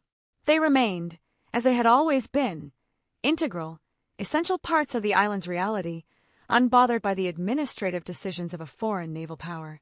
The beach continues to exist, the reef continues to break with the same rhythmic, deafening intensity, and the land retains its ancient, sacred boundaries, regardless of what we choose to write in our files or believe in our hearts. The true victim of the Tuago affair was not the dispensary, nor was it even the pharmacist's mate. It was the fragile, inflated sense of certainty that the modern world carries with it, a certainty that is so easily fractured by the sudden, chilling reality of a presence we cannot name. As we conclude this investigation into case file number 6, we are left with a final, lingering impression of the profound, insurmountable gap between the worlds we attempt to construct and the worlds we actually inhabit. The Tuaga incident is not a crime to be solved, nor a mystery to be explained away by the tools of modern psychology or the framework of traditional forensics. It is a profound, historical encounter, a moment when the veil of the material world was lifted just enough to expose the terrifying, complex, and deeply spiritual reality that lies beneath. It remains a singular, chilling enigma in the annals of history, a story that demands our attention not because it is solvable, but because it represents the fundamental, irreconcilable tension between the human drive for order and the ancient, uncontrollable nature of the world itself. The silence that now blankets the shores of Tuaga Beach is not an empty one. It is a full, heavy silence, a presence that continues to watch, to exist, and to defy the petty, bureaucratic reach of history, ensuring that the tragedy of the 1920s will never be fully forgotten, nor ever truly resolved. The archival existence of case file number 6 does not merely conclude with the demolition of the physical structure or the eventual transition of American Samoa into a new era of administrative governance. Rather, its resonance continues to echo through the corridors of history, serving as a permanent, albeit suppressed, reminder of an encounter that the authorities were fundamentally unequipped to process. To finalize our exploration of this anomaly, one must examine the broader, philosophical implications of why such a case remains so deeply lodged in the collective memory of both the local population and the bureaucratic history of the territory.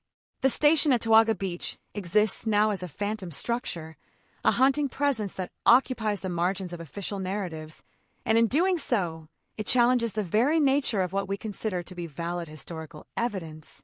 The decision to permanently archive the records as sensitive and restricted was not a move driven by a desire for security, but by a visceral, institutional need to protect the foundational myth of progress from the corrosive influence of the unexplained. When historians and researchers occasionally stumble upon the file, they are not met with the concrete resolution typically found in criminal archives, but with a profound, unsettling vacuum of logic. The documents capture a period of time where the standard, clinical language of the United States Navy simply ceased to function.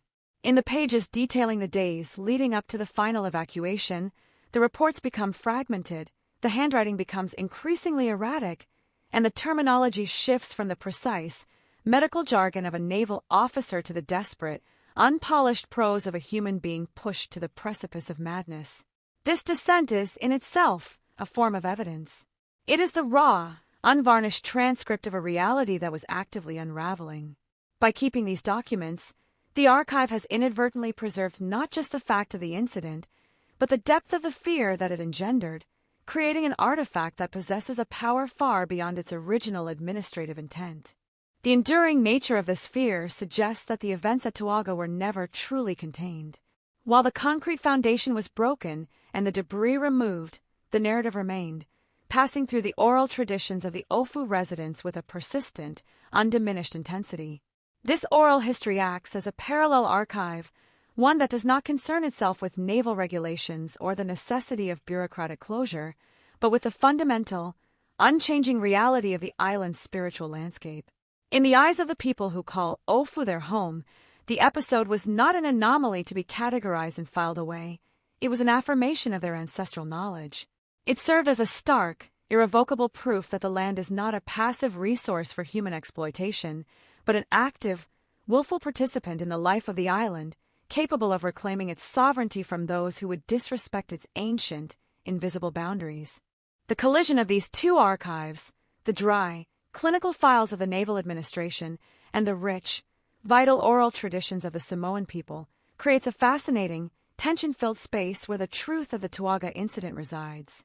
The naval records provide the what and the where, documenting the construction, the personnel assignments, the reported phenomena, and the final demolition. However, the oral history provides the why, offering a context that the colonial lens was fundamentally incapable of viewing. The refusal of the local population to interact with the facility was not an act of ignorance or obstruction. It was a protective, respectful maneuver that the Navy, in its arrogance, mistook for primitive superstition. This profound failure of understanding is the true heart of the tragedy. It was a failure of the modern world to listen to the ancient, to acknowledge that there might be forms of wisdom that do not manifest in textbooks or medical journals. As we look back at the era of the 1920s and the subsequent decades leading up to the 1950s, it is easy to view the Tauaga episode as a relic of a more credulous age, a time before the absolute dominance of scientific materialist culture. Yet, this perspective itself is a form of contemporary hubris. It assumes that our current understanding of the world is complete and that we have somehow successfully navigated the complexities of existence to a point where the unexplained is no longer a factor in our lives. The Tauaga case remains a direct challenge to this conceit. It stands as a silent witness to the reality that we are surrounded by forces that we cannot, and perhaps should not, attempt to master. It reminds us that our institutions, no matter how powerful, are built on foundations that are ultimately fragile, and that our confidence in our ability to define the boundaries of the real is often more performative than factual. The ongoing legacy of this case also forces us to consider the ethical dimensions of how we remember the past. When an institution chooses to erase a location, destroy a facility, and suppress a record in an attempt to bury a failure, what are the consequences for the collective identity of the community that remains? The residents of Ofu did not have the luxury of moving on in the way the Naval Administration did. They lived on the island, they walked the shores of Tauaga Beach, and they carried the memory of the incident as part of their lived reality. By attempting to sanitize the history of the site, the authorities were not only disrespecting the Aitu, but they were also engaging in an act of erasure against the very people they were tasked with administering. The story of Tauaga, therefore, is not just about a haunted medical station. It is about the power dynamics of history, the politics of memory, and the struggle of local truth against colonial imposition.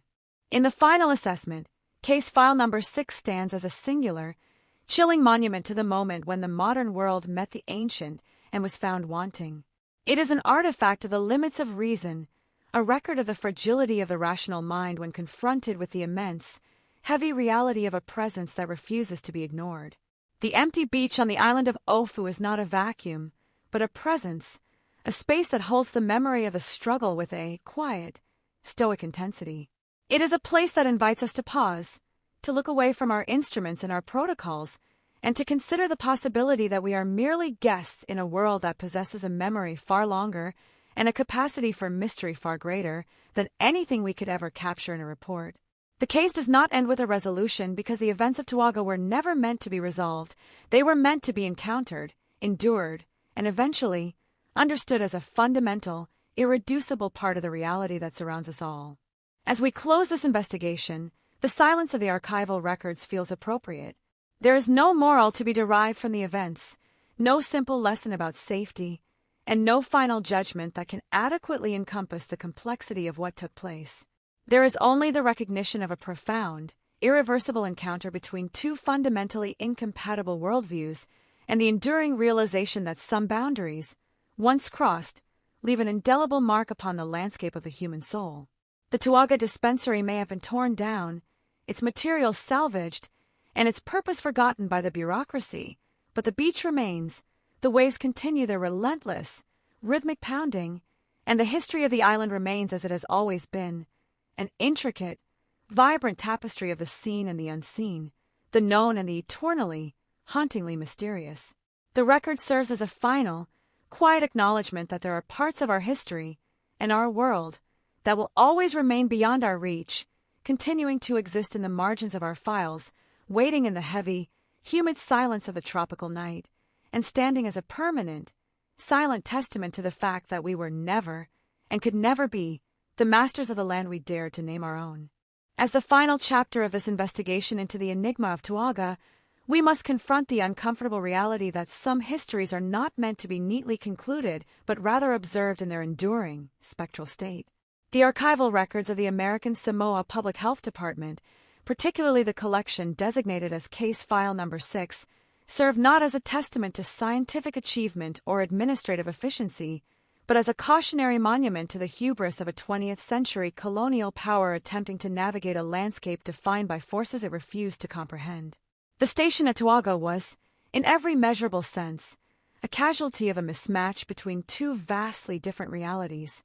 The tragedy was not merely that the facility failed in its mission, but that the institution responsible for its existence was structurally and philosophically incapable of acknowledging the actual nature of the obstacle it had encountered. The demolition of the facility was the only logical conclusion for a bureaucracy that defined reality through the presence or absence of physical infrastructure, but it was a fundamentally hollow gesture, one that did nothing to resolve the underlying tension between the land and the memory of the intrusion. To examine this history from the vantage point of the modern era is to look into a mirror that reflects the limitations of our own empirical framework. We're conditioned to seek causes, effects, and resolutions, treating every incident as a problem to be solved with the application of data and logic. Yet, the story of Tauaga stands as a permanent rebuttal to this approach.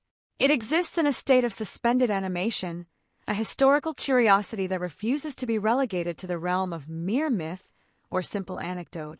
The consistency of the reports from the staff, the accounts of the percussive auditory phenomena, the impossible movement of physical objects, and the visceral terror induced by the manifestation of the headless entity cannot be easily dismissed as the product of mass hysteria when we consider the environment in which they occurred. The extreme geographical isolation, the constant, maddening auditory assault of the oceanic reef, and the heavy, palpable psychological pressure exerted by a local population that believed in the absolute reality of the unseen all coalesced into an environment where the traditional boundaries of the perceived world were effectively dissolved. The role of the Aitu in this narrative remains the central, most challenging component for any traditional historical analysis. In the context of the American Naval Command, the Aitu were non-existent, a primitive superstitious relic that could be managed through the simple assertion of order and medical science. This arrogant dismissal was the foundational error that doomed the project. The local people of Ofu, however, operated within a framework where the Aitu were as real as the coral reefs that border their beaches or the volcanic soil that sustained their crops. They understood that the land at Tauaga was not a blank space, but a territory that possessed its own spiritual geography, a place where the living were guests and the entities were the rightful, enduring occupants. When the Navy built upon that beach, they did not just construct a building. They committed an act of spiritual trespass that the local population recognized as inevitably inviting a catastrophic, non-human response. This conflict of worldviews was not a debate to be resolved. It was a fundamental collision of realities, and the Navy, in its complete colonial blindness, was inevitably going to be the party that lost. Furthermore, we must reflect on the long-term impact that this case has had on the archival culture of the territory. The documents themselves, preserved in their state of restricted secrecy, have become an artifact of bureaucratic shame. Every time an administrator encountered the file, they were forced to engage with a failure that had no clinical diagnosis and no logistical remedy. The file became a burden to the bureaucracy, a reminder that their authority was not absolute, that there were limits to their control, and that the history they were entrusted with maintaining contained chapters that they would rather see deleted. The suppression of this information was not an act of malice, but an act of institutional survival. By treating the Tauaga incident as an anomaly to be hidden away rather than a historical event to be understood, the government ensured that the lesson of the incident, the importance of cultural humility, and the recognition of local spiritual geographies, would be lost on future generations. The enduring silence of the beach today, and the fact that the site remains largely undisturbed, stands as the most profound evidence of the reality of the Tauaga experience. If the haunting had been nothing more than a case of individual madness or a temporary environmental anomaly, the site would likely have been repurposed long ago, integrated into the modern infrastructure of the islands. Instead, It remains, as far as the local community is concerned, a place that requires respect and distance. This long-standing consensus, held by the people who inhabit the island, is a more powerful form of historical record than any administrative log ever filed in a government office. It is a living memory, one that is reinforced by the persistent, rhythmic pounding of the sea against the reef, a sound that has witnessed the arrival of the ships, the construction of the clinic, the terror of the staff, and the eventual, quiet return of the land to its prior state. As we conclude this detailed examination, it is necessary to move away from the urge to pathologize the staff or to rationalize the phenomena. We must accept the Tauaga case for what it is, a singular, unrepeatable encounter between the modernizing impulse of an empire and the ancient, resilient spiritual reality of an island that would not be colonized in the mind. The story teaches us that there are forces in this world that operate entirely beyond the purview of our institutions. It suggests that when we encounter the inexplicable, our first reaction should not be to suppress, to demolish, or to hide, but to listen and to acknowledge the limits of our own understanding. The tragedy of the Tauaga Medical Station was not that it was haunted. It was that the haunting was the only way that the modern world was forced to pay attention to a reality it had spent its entire existence attempting to ignore. In the final, silent hours of this analysis, we are left only with the image of the beach under the heavy, tropical moon, the sound of the ocean, and the heavy weight of the unwritten truths that fill the gaps between the lines of the official record. The story of case file number 6 is a testament to the fact that we are all, ultimately, subject to environments that we do not fully grasp. The dispensary was a physical manifestation of an attempt to control the uncontrollable, a small, fragile vessel of human design tossed onto the infinite, shifting currents of a reality far larger than the scope of any single government's reach. The file remains in the dark, and the beach remains in the light, and between them lies the enduring mystery of the Tauaga Medical Station, a mystery that serves as a final, humbling reminder that the map is never the territory, and the records we keep are never the whole story. The haunting of Ofu was a singular moment in history where the mask of order was ripped away, and what was revealed was a world of depth, mystery, and an ancient, silent agency that remains, even today, entirely indifferent to our attempts to document it. The tragedy of Tauaga stands as an eternal, unresolved chapter in the history of the South Pacific, a quiet, insistent echo that reminds us that there are places in this world, and moments in our collective history, where the only appropriate response is a respectful, enduring silence. The final descent into the archives surrounding the Tauaga Medical Station necessitates an introspection regarding the very nature of human perception and the limitations inherent in our attempt to document the inexplicable. As we reach the conclusion of this exhaustive investigation into case file number 6, it becomes increasingly clear that the true subject of this narrative is not the dispensary itself, nor the unfortunate couple assigned to it, but the structural fragility of our own modern worldview when it is abruptly confronted by an ancient, non-human reality. The bureaucratic impulse to categorize, measure, and ultimately erase the Tauaga Medical Station reflects a fundamental insecurity within the administrative soul of an institution that relies upon the predictability of the physical world to justify its existence. When this predictability is shattered by phenomena that possess no scientific explanation, the only mechanism available to the bureaucracy is the denial of the event's significance and the literal, physical destruction of the location where it manifested. This act of destruction, however, did not achieve the erasure that the naval authorities clearly desired. Instead, it canonized the incident as a permanent rupture in the history of the island, a moment where the modern order was not merely challenged but fundamentally defeated. The silence that now defines the shoreline of Ofu is not an absence. It is a weight, a testament to the fact that the territory, in its ancient and indifferent wisdom, has reclaimed the space that was temporarily occupied by a foreign, utilitarian mandate. The failure of the medical station was not a failure of medicine, nor was it a failure of architecture. It was a failure of imagination, a failure to recognize that the land was already inhabited by a history that could not be displaced by the arrival of concrete foundations or the implementation of naval protocols. When we contemplate the psychological devastation of the pharmacist's mate and his wife, we must view their suffering not merely as a case of individual trauma, but as a symptom of a larger, systemic dislocation. They were the emissaries of a system that believed its own myths of superiority, and they were the ones who had to pay the price when those myths collided with the immovable reality of the island's spiritual environment. Their experience of the headless entity, the rhythmic, malicious percussion against the clinic walls, and the constant, suffocating feeling of being observed are all markers of an encounter that stripped them of their agency, their identity, and their faith in the rational structure of their world.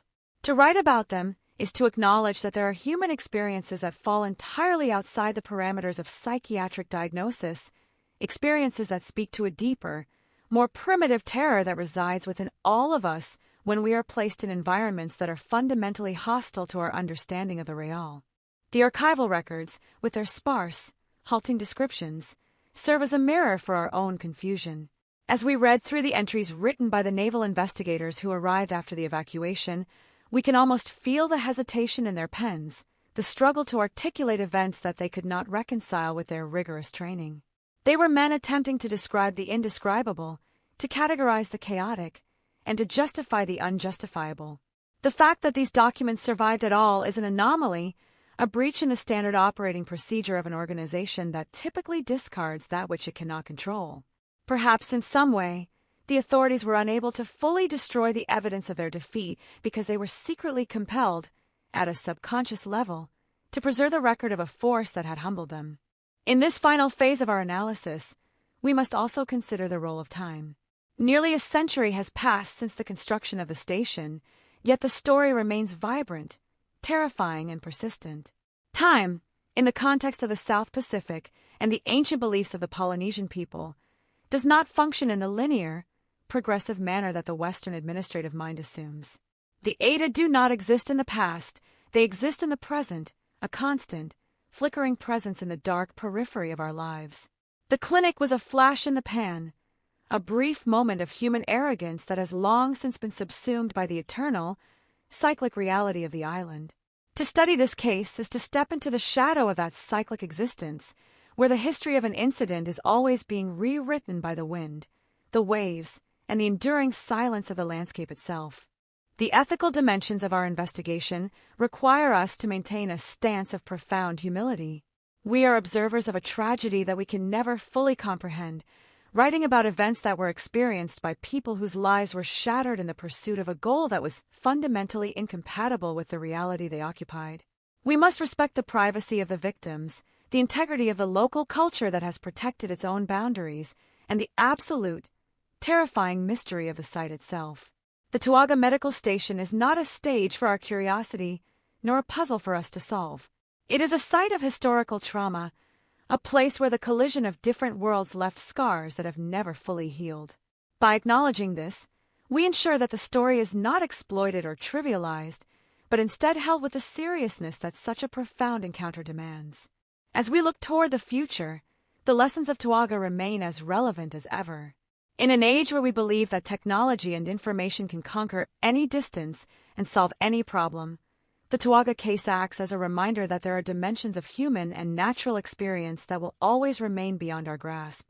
The modern world is increasingly defined by its connectivity, its speed, and its rejection of the unseen, yet we are all, at our core, vulnerable to the same primitive terrors that the pharmacist's mate and his wife faced in their humid, dark clinic on the island of Ofu. The story of their unraveling is a mirror that we should not be afraid to look into, for it reveals the fragility of our own convictions and the potential for the world to surprise, haunt, and ultimately defeat us. We are left with a final, enduring image of the coastline, a place of beauty, power, and an ancient, stoic indifference. The beach at Tauaga exists today exactly as it did before the station was even conceived. It is a place of sun, sand, and the rhythmic, endless roar of the Pacific, a place that continues to hold its own history, its own secrets, and its own inhabitants, visible and invisible. The clinic is gone, the personnel are gone, and the naval administration has dissolved into the dust of historical footnotes, but the mystery of what happened remains, etched into the very soil of the island, a permanent, silent testament to the moment when the modern world lost its way. The records in the Public Health Department are but a sliver of the story, a small, paper-bound attempt to capture a reality that is as vast and as deep as the ocean itself. This investigation has been an attempt to navigate the margins of that record, to listen to the silence, and to acknowledge the power of the inexplicable. We have journeyed through the bogs of bureaucracy, the terror of the individual, and the ancient, unchanging reality of the island, and we have found that the truth, such as it is, cannot be summarized. It can only be experienced, reflected upon, and held in a state of respectful uncertainty. As we put down the files, as we close the chapters of this narrative, we acknowledge that we are walking away from something that remains entirely whole, entirely itself, and entirely beyond our reach. The Tauaga Medical Station was a tragedy, a failure, and a mystery, but above all, it was a moment of profound, human-defining contact with the unknown. It is a story that will continue to exist as long as there is someone to listen to the waves on a dark, tropical night, and to wonder about the things that exist in the silence, waiting, watching, and remaining, always, entirely and beautifully beyond our control. The investigation is complete, but the mystery remains, and in that mystery, we find the humbling, necessary truth that we are not the masters of this world, but merely its passing, ephemeral, and frequently bewildered inhabitants. Alors que nous parvenons au terme de cette exploration labyrinthique des archives entourant la station médicale de Tauaga, il devient impératif de reconnaître que la véritable essence de ce récit ne réside pas dans la résolution d'une énigme criminelle classique, mais dans la mise en lumière d'une collision fondamentale entre deux ontologies irréconciliables. Le dossier numéro 6, tel qu'il est conservé dans les profondeurs poussiéreuses du département de la santé publique des Samoa américaines, ne constitue pas simplement un rapport administratif sur un échec logistique, il est le témoignage silencieux et terrifiant d'une modernité impériale qui, en s'aventurant dans des territoires régis par des lois anciennes et invisibles, s'est heurtée à une réalité qui ne reconnaît ni l'autorité des règlements navals, ni la suprématie de la médecine. Empirique, la destruction du dispensaire, cet acte final de liquidation bureaucratique, ne fut jamais une solution, mais plutôt l'aveu d'une défaite totale, une tentative désespérée d'effacer de la géographie physique ce qui ne pouvait être effacé de la mémoire collective de l'île. La plage de Tauaga, dans sa beauté sauvage et son indifférence intemporelle, a fini par absorber le tumulte de cette intrusion, redevenant ce qu'elle a toujours été, un espace liminal où la barrière entre les mondes demeure, pour ceux qui savent écouter, une membrane tragiquement fragile. En revisitant les témoignages des protagonistes, ces deux êtres dont l'existence fut brisée par un mécanisme qui les dépassait, nous sommes confrontés à la question lancinante de la perception humaine. Le pharmacien auxiliaire et son épouse n'étaient pas les agents d'une malveillance, mais les victimes d'une machine administrative qui les a propulsés, sans préparation culturelle ou spirituelle, au cœur d'un environnement psychologiquement corrosif. Leur effondrement, consécutif à l'incessante percussion nocturne, à la manifestation physique de l'entité sans tête et à l'isolation sensorielle absolue, ne doit pas être réduit à une pathologie nerveuse, mais compris comme la réponse organique à une violation de l'espace sacré. C'est ici que la distinction entre la psychologie coloniale et la cosmologie polynésienne devient cruciale. Là où les officiers de marine voyaient une hallucination collective, les anciens du village voyaient la réaction inévitable d'un territoire défendant ses limites contre une transgression. Ce décalage de compréhension est le moteur même de la tragédie, une tragédie qui se répète à chaque fois que la rationalité pure tente d'imposer son ordre sur une réalité dont elle ne saisit pas les fondements spirituels. La persistance de ce récit dans le temps, bien après que les derniers vestiges du dispensaire ont été effacés, souligne la puissance de la tradition orale face à la faillibilité des archives écrites.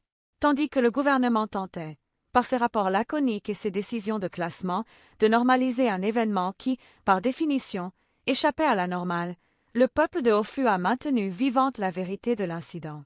Cette vérité n'était pas faite de statistiques, mais de mise en garde, de légendes et d'une profonde révérence pour les étus. L'histoire de Tauaga est devenue un pilier de la sagesse locale, une illustration vivante de ce qui arrive lorsque l'arrogance rencontre la puissance de l'inexpliqué.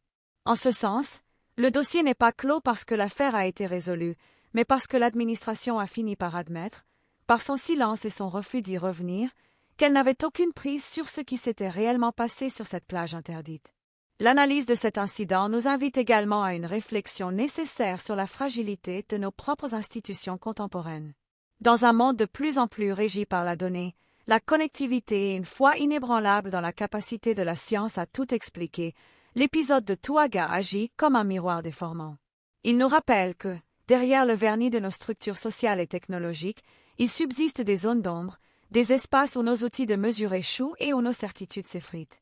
L'effroi ressenti par le personnel médical n'était pas le fruit d'une époque révolue, mais une réaction universelle face à l'immensité de l'inconnu, une expérience qui nous attend tous si nous nous retrouvons isolés dans un espace qui ne nous appartient pas et qui ne nous souhaite pas la bienvenue. La station médicale de Toowaga fut, par une cruelle ironie du sort, une expérience de laboratoire sur la limite du rationalisme, une expérience qui a démontré que, face à certaines manifestations, la seule réponse possible est le retrait. La fin de notre enquête ne s'accompagne d'aucune résolution cathartique, car il n'y en a jamais eu. La tragédie est restée, figée dans les archives, un vestige d'une époque où l'impérialisme occidental se heurtait aux vestiges d'une spiritualité encore plus ancienne que lui. En refermant ce dossier, nous ne faisons pas seulement le deuil d'une infrastructure disparue, mais nous reconnaissons la validité d'un monde qui dépasse largement les contours de nos cartes géographiques et de nos manuels de médecine. La plage de Toowaga, bercée par le ressac incessant du Pacifique, demeure le gardien de ce mystère.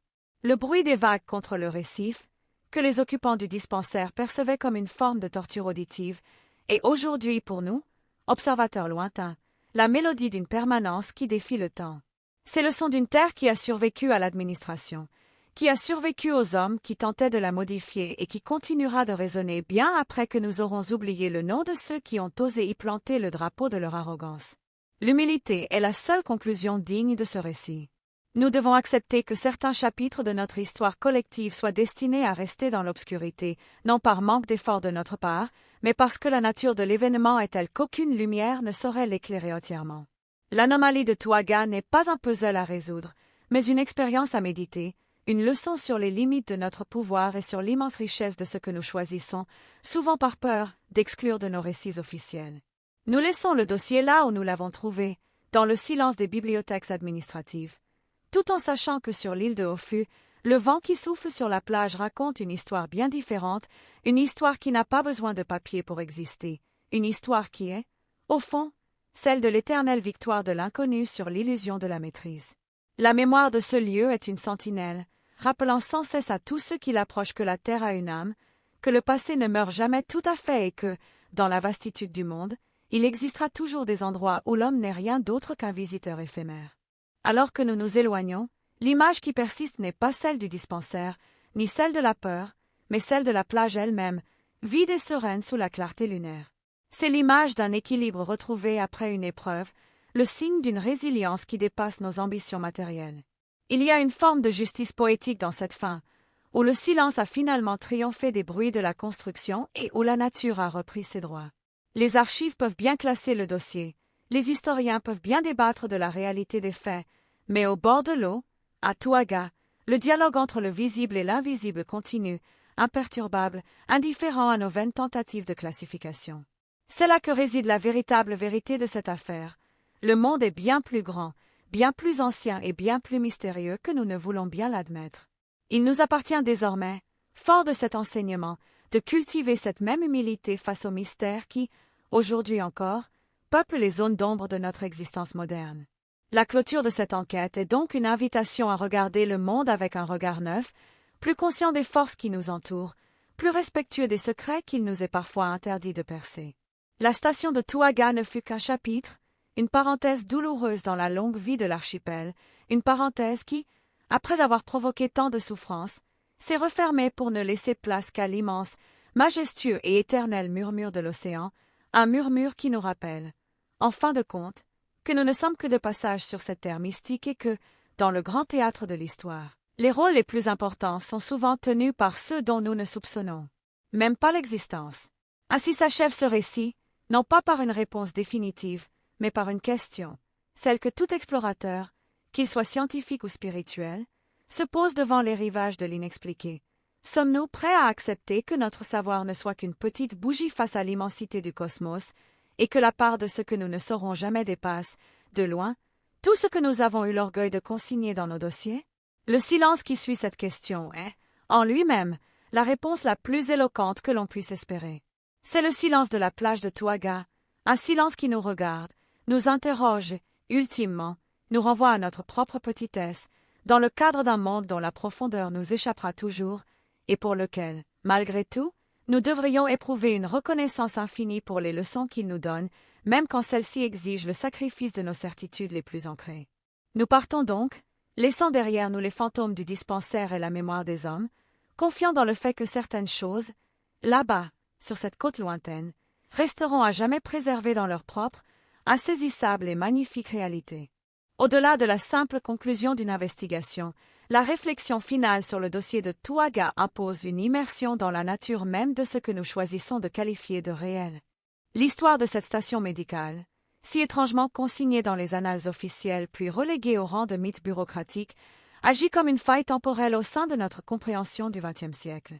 En examinant les strates de cette affaire, nous ne faisons pas seulement l'autopsie d'un échec institutionnel, nous contemplons la limite où la raison occidentale, avec toute sa rigueur et sa prétention à l'universalisme, s'est heurtée à une réalité qui ne se laisse pas domestiquer par le béton ou les protocoles sanitaires. Cette confrontation, aussi brève et douloureuse soit-elle pour les individus impliqués, révèle une vérité fondamentale sur notre position au sein du monde.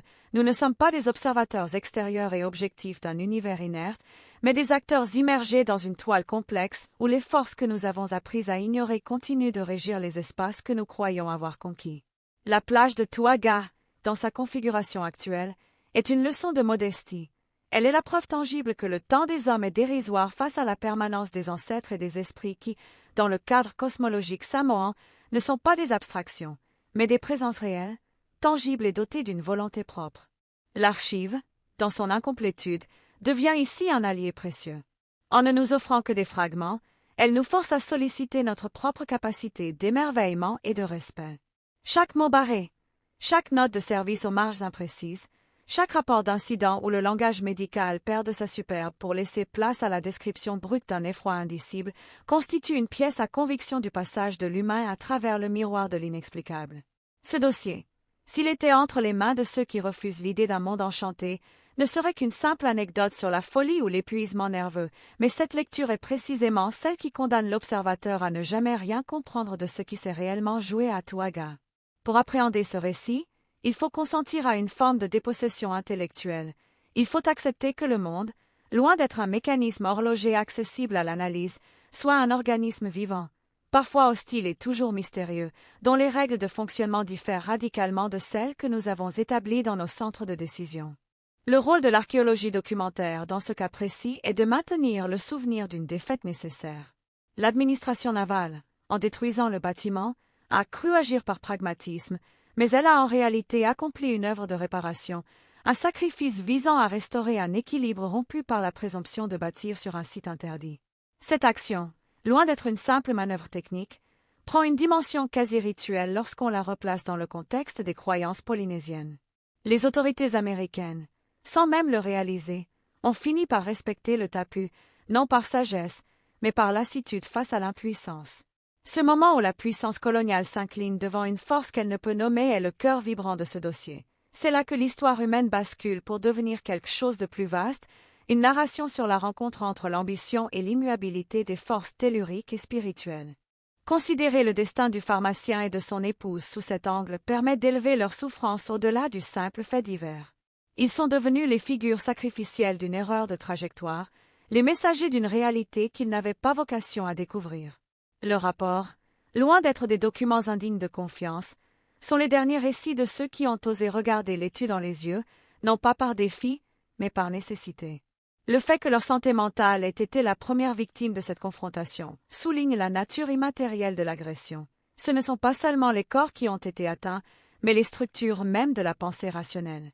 En lisant ces lignes, on ne peut s'empêcher de ressentir une profonde empathie pour ces êtres isolés sur une île lointaine, confrontés à une terreur qu'aucun psychiatre de l'époque ne pouvait traiter, car le remède ne se trouvait pas dans la science, mais dans la reconnaissance d'un ordre du monde que leur éducation leur avait appris à mépriser. La pérennité de ce dossier au sein du département de la santé publique est en soi une énigme. Pourquoi ne pas avoir tout détruit?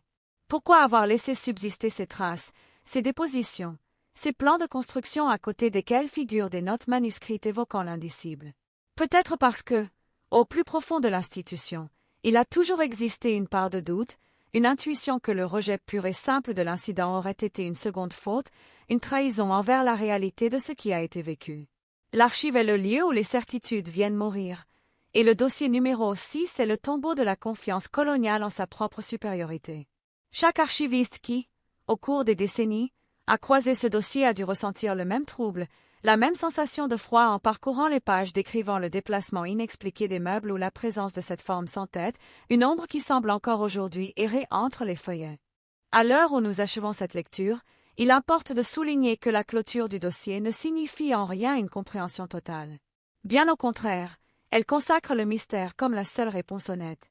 Nous avons cartographié les faits, analysé les tensions sociales, décrit le paysage sensoriel, mais la chose en soi, le cœur de l'événement, demeure inaccessible.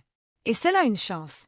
Un monde sans mystère est un monde sans vie, un univers plat où rien n'est laissé à l'imagination, au respect ou à la crainte révérencieuse.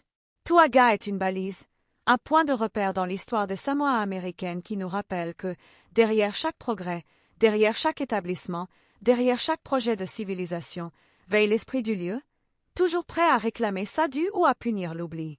Nous quittons ces archives avec une vision du monde enrichie par cette reconnaissance de nos limites, convaincus que le respect pour ce que nous ne comprenons pas est une forme de sagesse bien plus élevée que l'arrogance de la maîtrise technique. Le récit, ainsi achevé, ne doit pas être lu comme un avertissement, mais comme une invitation à regarder le paysage avec une conscience accrue des couches d'histoire et de signification qu'il porte. Que ce soit sur les côtes de Hofu ou dans n'importe quel autre lieu du globe, nous marchons sur des terres qui ont une mémoire, qui ont des protecteurs et qui ont des lois qui ne sont pas les nôtres. Le dossier numéro 6 est, en définitive, le manifeste de cette humilité retrouvée. Il nous enseigne que le progrès n'est pas un bulldozer qui efface tout sur son passage, mais une marche prudente au milieu d'un monde immense et complexe, où chaque pas doit être fait avec précaution et une attention constante à ce qui nous entoure, visible ou invisible. Les fantômes de Tauaga ne sont pas des spectres de malheur, mais des sentinelles qui, par le récit de leur épreuve, nous protègent contre la tentation de croire que le monde nous appartient. Enfin, laissons la dernière place au silence. Ce silence, qui entoure désormais la baie de Tauaga et qui semble habiter les dossiers poussiéreux, est la forme la plus haute de la vérité historique. C'est un silence qui ne juge pas, qui ne condamne pas, qui ne cherche pas à convaincre, mais qui est tout simplement présent, une présence qui atteste que, quoi que nous écrivions, quoi que nous décidions, la terre continue de tourner, les vagues continuent de frapper le récif, et l'inexpliqué continue de fleurir dans les interstices de nos connaissances. La leçon est apprise, les leçons ont été tirées, et il est temps de refermer le dossier, de laisser reposer ceux qui ont tant souffert et de retourner à nos vies, en gardant en mémoire cette certitude que, parfois, la plus grande intelligence consiste à reconnaître l'étendue de notre ignorance. L'histoire est dite, la page est tournée, mais le mystère, lui, reste vibrant intact, et prêt à attendre le prochain visiteur, qu'il soit un curieux en quête de vérité ou un sceptique en quête de réfutation. Tous seront accueillis par le même murmure éternel des eaux du Pacifique, le seul témoin qui n'aura jamais besoin de rédiger de rapport, car il sait, lui, exactement ce qui a eu lieu.